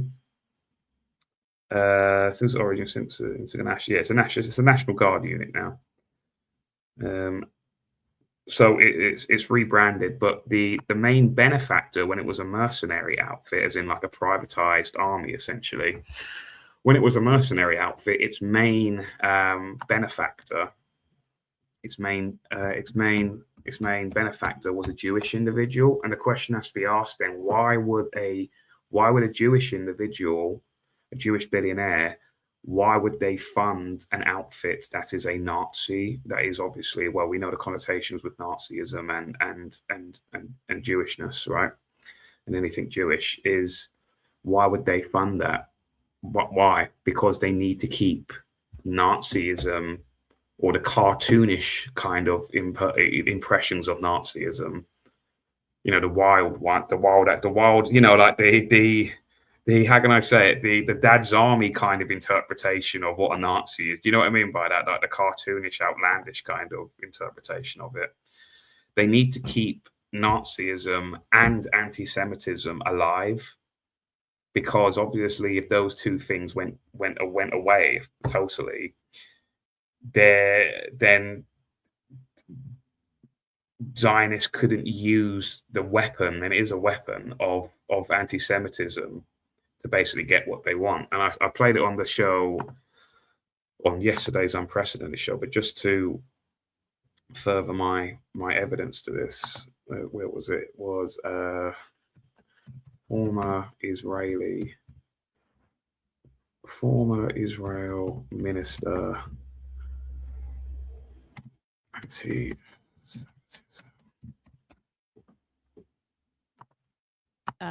people here are called anti-Semitic. What is your response to that? This is a former minister, former cabinet minister in the Israel government, right? As an Israeli Jew. Well, it's a trick. We always use it.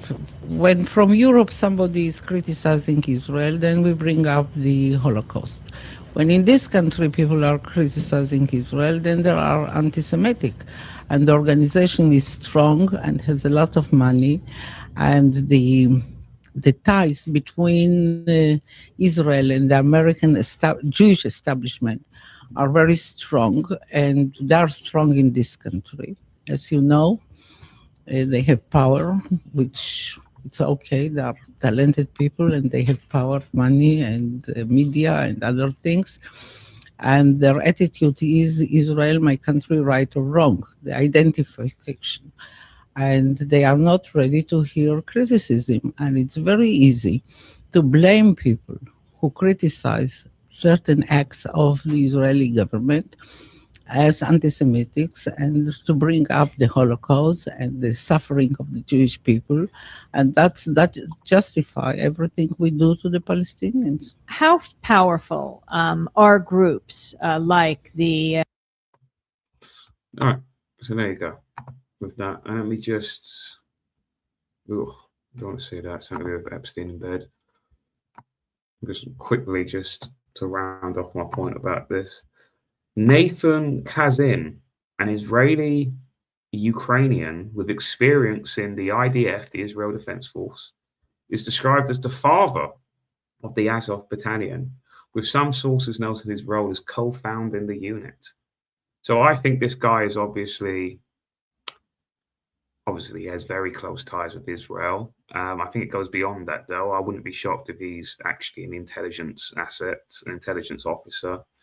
And the PSYOP is that you basically, because it was only founded in 2014, keeping in mind the Azov Battalion, he was basically responsible for, here's a bunch of money that we've got from those idiots in America, from taxpayers' money, and probably everyone else as well who's still paying their taxes, including me, you know, in the past and all of that. And we're basically going to give you a bucket full of money. You're going to basically create a battalion, and you're going to find all of these morons, you know, low IQ kind of like individuals, and basically they don't know, they're all idiots, but basically it's going to turn into a cartoonish Nazi battalion. So then we can always point to, look, there are Nazis still about in the 21st century.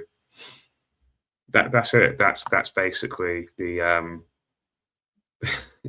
that's it, simply. And that's why personally, and I know some people might not agree with this, why I'm not a big fan of Thomas Sowell in Australia, because I think he is cartoonishly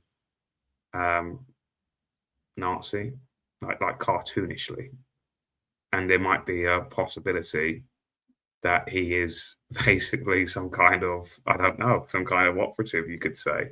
Anyone that comes on in a cartoonish, like bombastic, like way, and starts doing what he's doing in Australia and somehow not get basically just thrown in jail, that to me always raises a bit of a red flag to me. That's just my take on it. I know David likes it and stuff, but I don't know. I just find it because then they just point then and go, look, see, there's Nazis about. You know what I mean? So we need more money. We need more protection, says Israel.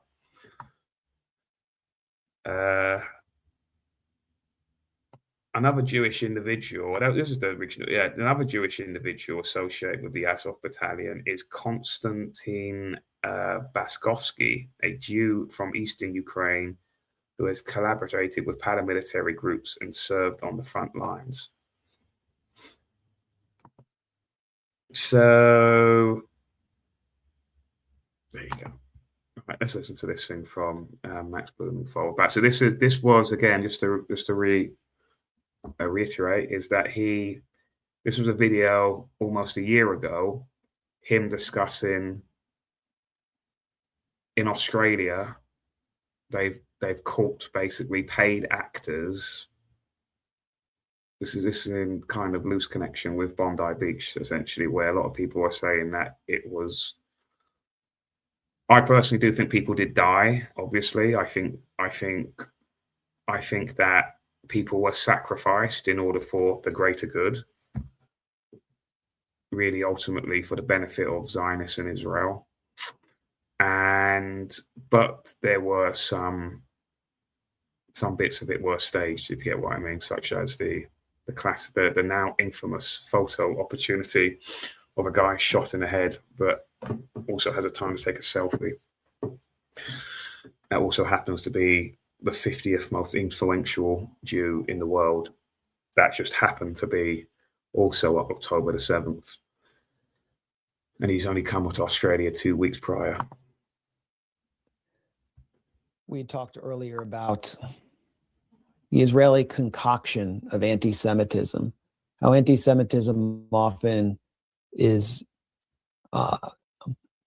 either faked or exploited in order to advance Israeli objectives and to justify Israel's existence as a supposed sanctuary for the Jewish people. There's a fascinating investigation taking place in Australia. 10 months ago. And I think it will soon turn into some kind of cover-up. I tweeted about this a few days ago. Australian police are investigating whether, quote, overseas actors or individuals are paying local criminals to carry out anti-Semitic crimes in the country. Prime Minister Anthony Albanese says anti-Semitic attacks are being, this is his words, perpetrated by people who don't have a particular issue, aren't motivated by an ideology, but are paid actors. He added, quote, it's unclear who or where the payments are coming from. The shadow Home Office minister from the opposition party wonders if, quote, a foreign government is engaging in state-sponsored terror. Here's the BBC. Anti-Semitic crimes may be funded overseas, say Australian police. It's been reported. Who could this be? Who could this overseas entity be? I don't like. Who's the overseas entity? Backpaged, but reported in British media and Australian media. And in Australia, the fingers were initially pointed at Iran and Russia, of course. And then once there was no evidence that Iran or Russia were behind this. Yeah, of course, it must have been Russia or Iran that are paying criminals to perform anti-Semitic attacks, because that really benefits Iran, especially, doesn't it? That massively benefits Iran by randomly just paying like criminals in Australia to perform anti-Semitic attacks. In what way would that benefit either Iran or Russia. They stopped pointing fingers, because who would do something like this?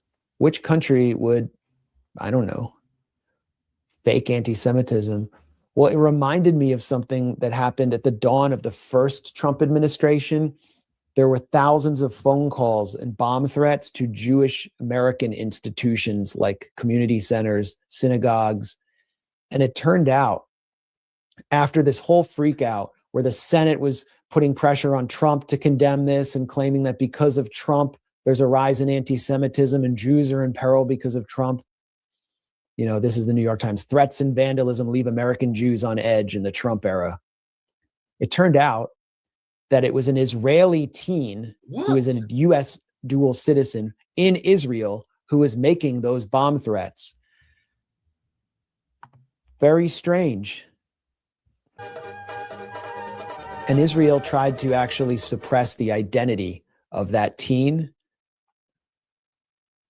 An Israeli-American teenager was found guilty in Israel on Thursday of making about 2,000 hoax bomb threats against Jewish and other institutions in the U.S.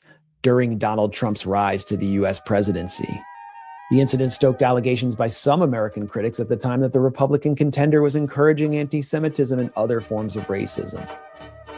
So yeah, it definitely served that purpose.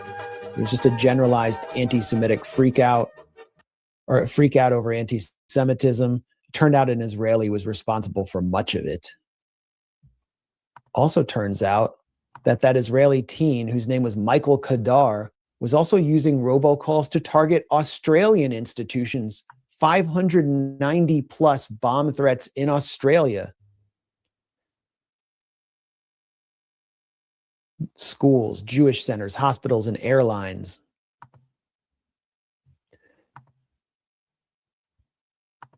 This is a great section from the Guardian report on Michael Kadar. The teen, identified in U.S. court documents as Michael Kadar, despite a suppression order against revealing his identity in Israel. Why wouldn't we want to know his identity? Was arrested last month by Israeli police. And he was arrested after he wasn't found out by the Israeli police. It was due to an investigation by the Five Eyes, and I think primarily Australia. A spokeswoman for Victoria Police said Israeli police who made the arrest acknowledged that they could not have done it without us. So it was the Victoria Police e-crime squad, not Israel, that caught this teen. So what's going on here? What's going on in Australia? Who are the paid actors? Who are they being paid by? And why would this, what's the ultimate objective here? And could this be limited to Australia? Only less than a year later, we discovered what this was all about. Australia? Or has this been taking place in other Western countries since October 7th? Absolutely. Is it anti-Semitic to point a finger at the one settler colonial state that benefits from anti-Semitism, that justifies its existence on the proliferation of global anti-Semitism, and which has historically exploited the plight of Jews around the world for its own benefit? I don't know. We'll keep following that investigation. I think it's always important to highlight stories that are on the public record but aren't getting adequate attention. Especially as we enter a Trump era where the Republican Congress and Trump administration are going to milk the anti-Semitism freak out to actually criminalize Palestine solidarity activism in a way we have never seen before.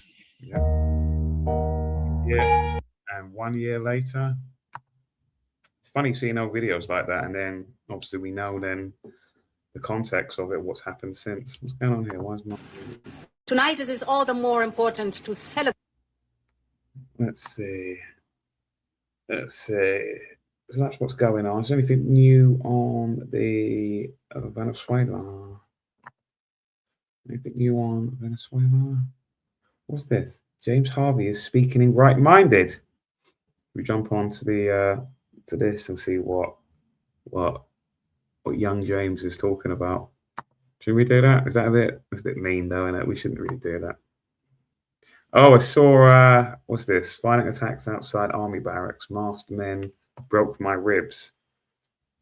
Liam Townsend. Is this the guy that David was showing? It looks like him that he was on with Isabella Oakshire. Is this the same guy? Liam Tomset? See, this is then, I mean, the traitor kind of group then, you know, like the Liam Tufts, the Tommy Robinsons, etc. And they see, obviously, they want some of that shekel, like they want some of those shekels. So they make the propaganda. They make the propaganda videos to keep. And it is amazing. I know we say this a lot, but it is amazing when you come out of that. Because I used to be a bit of a Tommy Tard in the past, right? Is that when you come out of that, you can then see it, and it's amazing when you can see them like casting their spells of the propaganda. You know, like the. Do you think would have hired them? Home Office. It's an uncomfortable. Crowborough, 600 minimum unvetted men based in the army barracks there. You've recently been attacked violently by focus on the masked hotels. men. Focus on the hotels. Don't ask how these people got here in the first place. Don't ask that. Don't ask how they started their journey, all of this stuff. I saw the if it is the same guy, I don't think it is actually. It might be. It's just it's France. It's France. France are doing it. And France are doing it indeed. But again, they're not focusing on the origin of these people, where they're coming from, the origin of the journey, how they're getting here.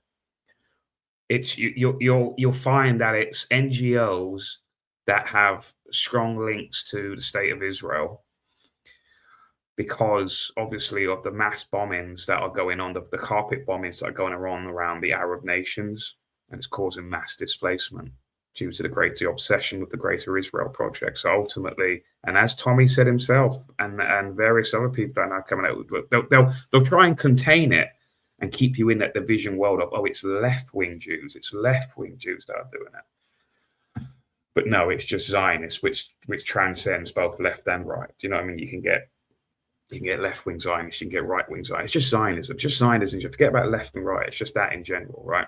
That is the problem of it. But they want to keep you in that left-right divide, don't they? It's always got to be a division. They're heavy-duty boys. They knew what they were doing. My theory is they're probably hired thugs. And who do you think would have hired them? Home Office. It's an uncomfortable message to listen to, but you need to listen to it because it's happening around the country. This is bad. People are getting stabbed. People are getting murdered. People are getting raped. This is real. Why would anyone want that in their community? They've arrested you to send shockwaves through the community so that people think twice about protesting. Your tax has gone up. Your national insurance is going up. We're funding this invasion, and it is an invasion. This country's great. Why should we allow it to go to shit? If we want to come over here, sponge the benefit system, rape our kids, rape our mothers, kill us, fuck off. We do not want you. Have you lost a lot of respect for the police? How can the answer be yes to that? Sorry, no to that. No, I still love them. They're great. Like, you know what I mean? Like that's all. A lot of that I agree with what's said, but again, it's only focusing on sort of micro kind of thing to it. It's not focusing on the bigger picture. They're purposely, what are they? I mean, it's that quote, isn't it? Is Islam is the broom of Israel.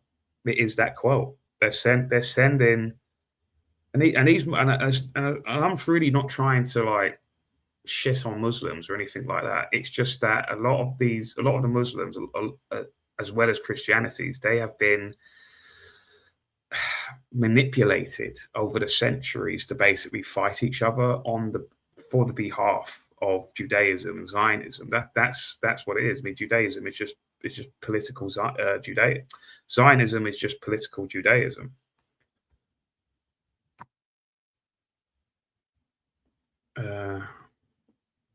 Alex Jones, David Icke and Alex Jones are always arguing on Twitter. It's not a Jewish mafia. The fact that Larry Finker's a Jew is a distraction. No, it's not a distraction, says David Icke. How can you be in this arena for so long and know so little? Or because he is controlled now. Alex Jones went bankrupt and he basically got bought out by Zionists. That's what happened. They said to him basically, do you still want to live your comfort your comfy lifestyle? Because Alex Jones is a millionaire. Do you still want to live your comfy lifestyle or do you want to retract a few things and just not mention certain topics, and we'll just keep you living your lavish lifestyle? That's essentially what happened with Alex Jones. Remember, he got he was found guilty and made to pay the Sandy Hook parents like almost $1 billion in reparations. $1 billion. And that's how they get you. They get you. These are the tactics how to get you. They get you through money, through blackmail, through all of this stuff. And then once they get you, that's it. And I don't think Alex Jones would want to go back to how he was before, basically, in terms of financial stability. There is, says David, there is a Jewish mafia, or rather a fake crypto Jewish mafia, claiming a fake history that works as one unit, as a fundamental part of the global cult of secret societies, with this interlocking leadership controlled by an inner circle. It is only a fake Jewish mafia. No, is it only a fake Jewish mafia? There should have been a question mark there. No, it's far bigger than that, and ultimately expands into another dimension of reality. But to dismiss the existence of a fake crypto Jewish network or mafia is utterly ridiculous. Fink's position, both with BlackRock and the World Economic Forum, because Larry Fink is now the co-director of the World Economic Forum as well as BlackRock, is not a distraction. It's highly significant. You need to study some more. Alex Jones knows exactly what's going on. He's more smarter than he looks. Let's put it like that, right? He used to talk about Zionist control in the past. You saw literally the day after 9/11, when 9/11 occurred, he was just going off on one about Israel, about should we get it up just for the hits, just for the classic hits of what used to be good Alex Jones. Let's see, Alex Jones 9/11. Let's see. There's the one where he's going off on one.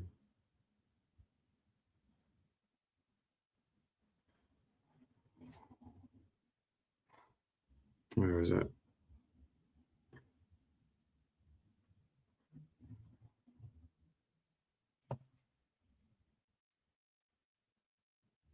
Yeah, this is it. I don't support the Palestinians either. They're all hyped up and psychotic. But Israel's going to get us nuked, always backing them up like this. Israel calls the Palestinians goyim or cattle or dogs or subhuman. They keep them on concentration camps. I got video of them taking Palestinian women's tomatoes they grow and breaking their water containers and stealing. That's why you have this crap. And our children are going to die. We're going to get nuked because of this. Iran's got the nukes now. Syria. I don't support the Palestinians either. They're all hyped up and psychotic. Let's see what he's saying now. But it's not a Jewish mafia. It's a transhumanist, globalist mafia. And at the depopulation summits they have, they're not sitting there reading out of the Torah. So I've studied this. At the very top of this thing, it is the most European royalty operation you can imagine. That's the top of the pyramid, is what Hitler grew out of. Hitler doesn't run it. It's not Nazi. Hitler came out of that. So at the top is a European royalty, and then it's encircled by its Praetorian Guard of different organizations and groups, and BlackRock and the ADL, and then it just goes down. And they create racial division and Black Lives Matter and men against women and the feminist movement run by the CIA and Gloria Steinem. Look it up. Larry Fink says we're going to control your behavior through the control of corporations, and the behavior they want is horrible and destructive. The fact that he's a Jew is a distraction. And again, I'm not an apologist for Jews. Use your head. Just because there'd been some bad Jewish organizations in history, there's been bad groups in every group. They want to cut your son's balls off. They want to depopulate us. And if that isn't Nazi, I don't know what is.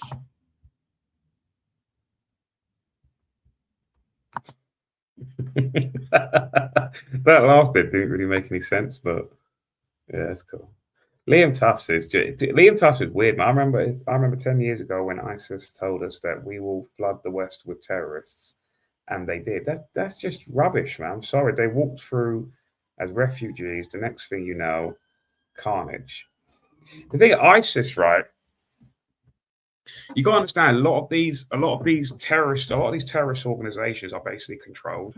They're controlled, especially by Israel, and they're, again, like with the Azov battalion, they are created purposely to show that, oh, look, we have enemies, we need more money, we need more defense. You know what I mean? It's all that. ISIS is like ISIS was an organization created by the West, essentially.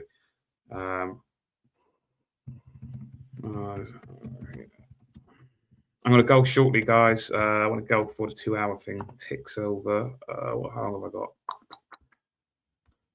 How long have I got? It used to be a timer. Where is it? It's gone. The timer's gone. Oh, yeah, there it is. If people on DLive want to request a song, or on Rumble, please put a donation in, and whoever's the highest gets to choose that song. Where is it?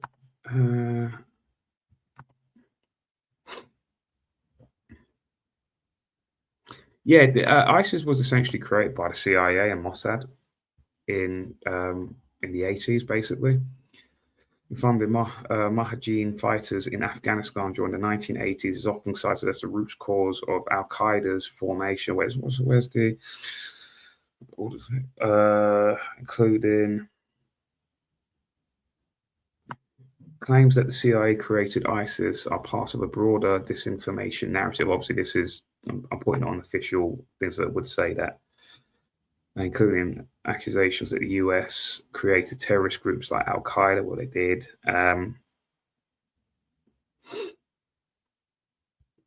But basically, they create these terrorist groups. So I can imagine that the controlled opposition terrorist group known as ISIS did say something as ridiculous like that, or we're just going to send terrorists, because why would they call themselves terrorists? Do you know what I mean? That's the first kind of, why would you call your own people? So I'm the head of ISIS.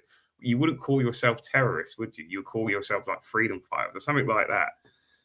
You wouldn't, like that. That's how you know that it's just all the BS. It's not a Jewish mafia. They walked towards it. They walked. Again, Liam Tufts is weird, man. I'm sorry. Like remember I was saying last week about Candice Owens, about she's just like weird. Like Liam Tufts is another one as well. I don't know if people know, but his dad is literally a paedophile. He's in prison for it at the moment. And I think when Liam Tufts gets on the coke and gets on the alcohol, I think it kind of does all come out. Do you know what I mean? I think he was a victim of his father, I think. So just for this is weird. Okay, just before, if people are this is a bit weird. And Rob Reiner obviously was recently murdered along with his wife by his child, by his son. There's been, I've definitely heard about this years ago. There is speculation out there that Rob Reiner was essentially a Jimmy Savile-like person in Hollywood, and he worked with a lot of child actors. Let's put it like that. And there is a possibility that the reason why his son, Rob Reiner's son, is so messed up in the head is because he was a victim of his father's sexual abuse. And I think the same is possibly with Liam Tufts. So that's just my, I'm not trying to stir any sort of drama or anything like that. But I do think that there is something not quite right with him. Oh, what am I doing?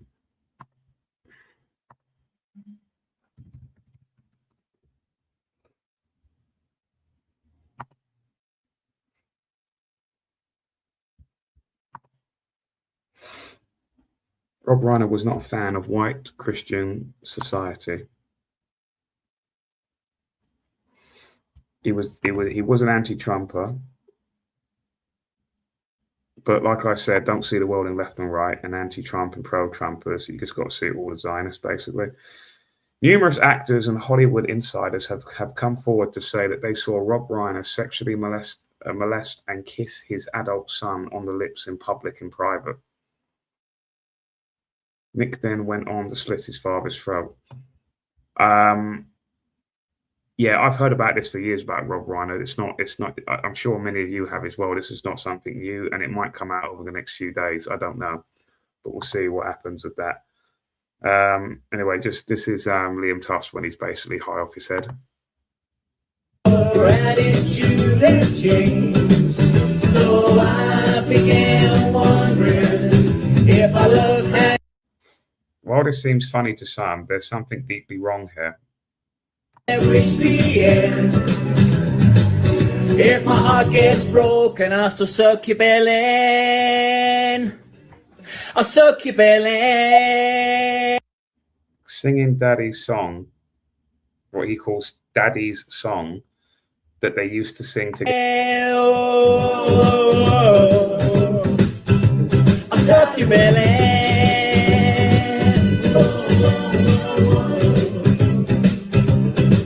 I've never said that. And this is Liam Tufts' dad, who's literally in prison for being a paedophile. It was fucking magnificent. I loved it. I love you. I love what you've done. I love the fucking balls, the courageousness, the fucking... You was a hero.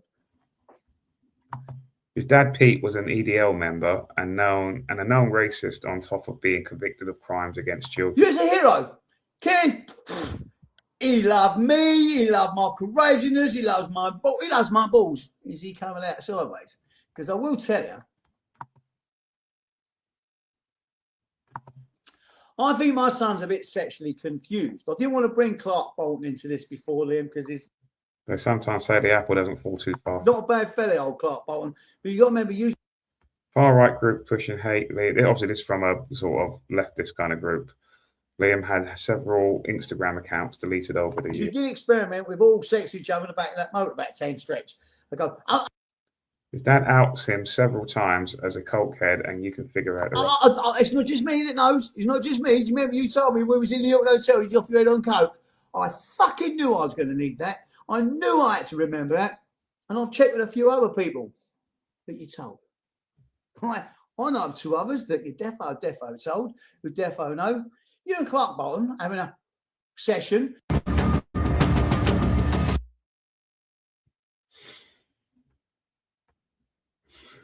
And then they go on to become big YouTube followers and everything.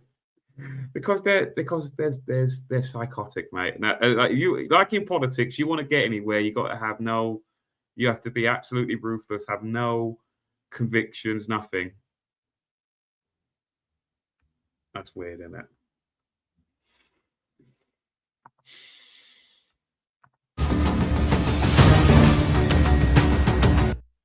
That's them when they were young, the dad and the son.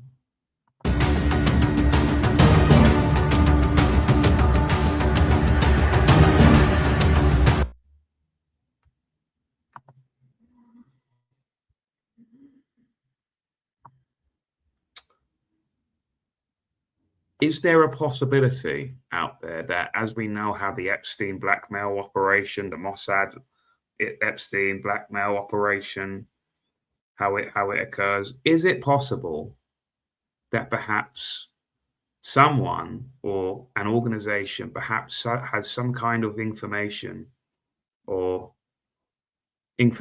that maybe Liam doesn't want people to find out about, and then they are using that as leverage on him to perhaps promote a certain civil war narrative and pro-Israeli message, an anti-Islam message?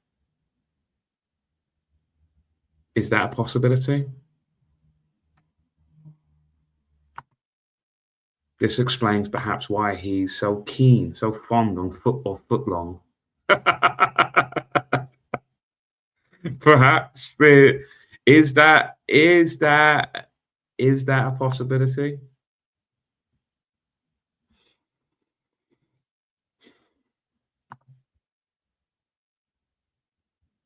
I don't know. You know, it's annoying. I've just missed my 2-hour thing. I can't make clips now. I can't make clips now of the show. Oh, well. Roseanne Barr. No one of this shit.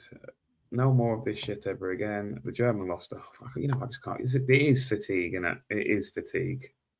Randy Fine. Guys, I'm going to call it. I'm going to go. I mean, this, I know, like, doing a 2-hour show doesn't really seem, oh, anyone can do that, but it is kind of mentally draining, I must say, to go to watch this, crap all of the time. And actually do research and actually, like, see how seedy and disgusting, like, how our world operates. Do you know what I mean? And David does it 5 days a week. I mean, just doing 2 shows a week, it mentally drains me personally.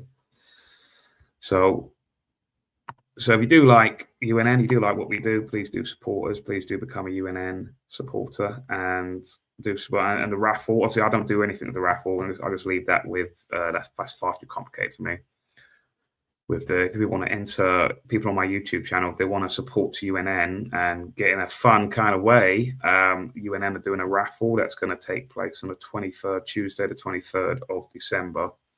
If people want any raffle tickets to win great prizes, then please do let me know, and I will direct you to where to go, which will probably be most likely on the UNN website, to be honest with you. So email David as well. I'm sure that he will sort you out with some raffle tickets, and then watch the live show on the 23rd of December for some fun to be had, no doubt. Right, guys, I'm going to head off. Thank you all for watching. Take care. Who was the highest donor? Let's see. Who's the highest donor? Whoever it is, just please put your selection in now. Just want to check to see if there's any.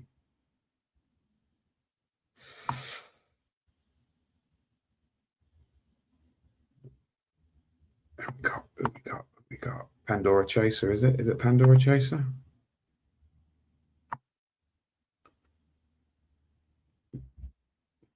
The one state. I was banned from InfoWars comment section in 2015 for bringing up Trump Epstein. He's always been a crunt, Jones. Yeah.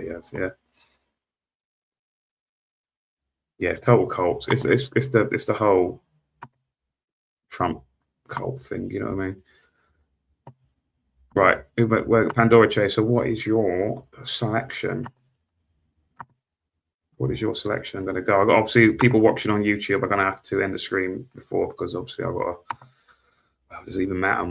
My channel is just so dead. All it goes to, I've noticed, all it goes to now is 3,800 and what is it? 800 and no 3,980. Then it goes to 82. Then it drops to 81, then 80, then it just repeats over and over again. Like, people talk about shadow ban. Do you know what I mean? It's just you just cannot get anywhere because of obviously the topics that we talk about, and that's why I'm always very skeptical of the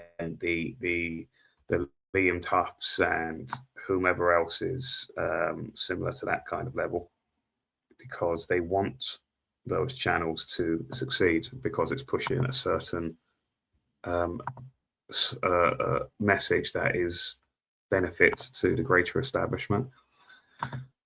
All right, what we got? No suggestion, mate. Sorry, just let anyone else name a tune. Okay, anyone name a tune. Name a tune. We're going. Come on, name a tune. So put on the Liam Tufts song again. Daddy's song again. Daddy's song. This is what me and my dad used to sing together when we were young, when I was young.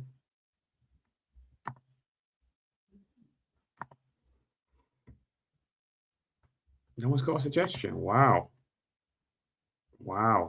Okay, guys, I'm just going to call it then. Right, if no one's got a suggestion, I'm just going to go. Right, take care, guys. Thank you all for watching. And no, I'm not playing that. No, Galahad, that's too much. That's too much. Look, I don't hate these people, man. I don't hate, like, I saw the interview with Dr. Shiva last night, and I'm not too keen on Shiva because he's been on twice before with me, and he is just a rude prick, if I'm honest. Like, and I just why I didn't like. He was meant to be on the show tonight with me, but I just went, I don't want him. Like, David, you can have him because he's never been in a show. That was my thinking, right? And yeah, he was quite a rude prick, if I got to say. But I did agree with his thing where, although there are, like with all kinds of, there are racial characteristics in terms of behavior of people. Like black people are very athletic, and all of that. They're usually better athletes. White people are more kind of, how can I say it, like creative in terms of like civilization in general. And I do recognize that, Jewish people do have characteristics that they're very proactive, and all of that. Sorry, not proactive, but, they like to have control basically of a lot of things. But I don't want to see it's not literally, I do know good Jewish people. Do you know what I mean? That generally are like against that sort of Zionist thing. So it's like, enough of the anti-Semitic remarks. Yeah. Right, I'm going to head off. Thanks, guys. Right, take care. I'm going to look up.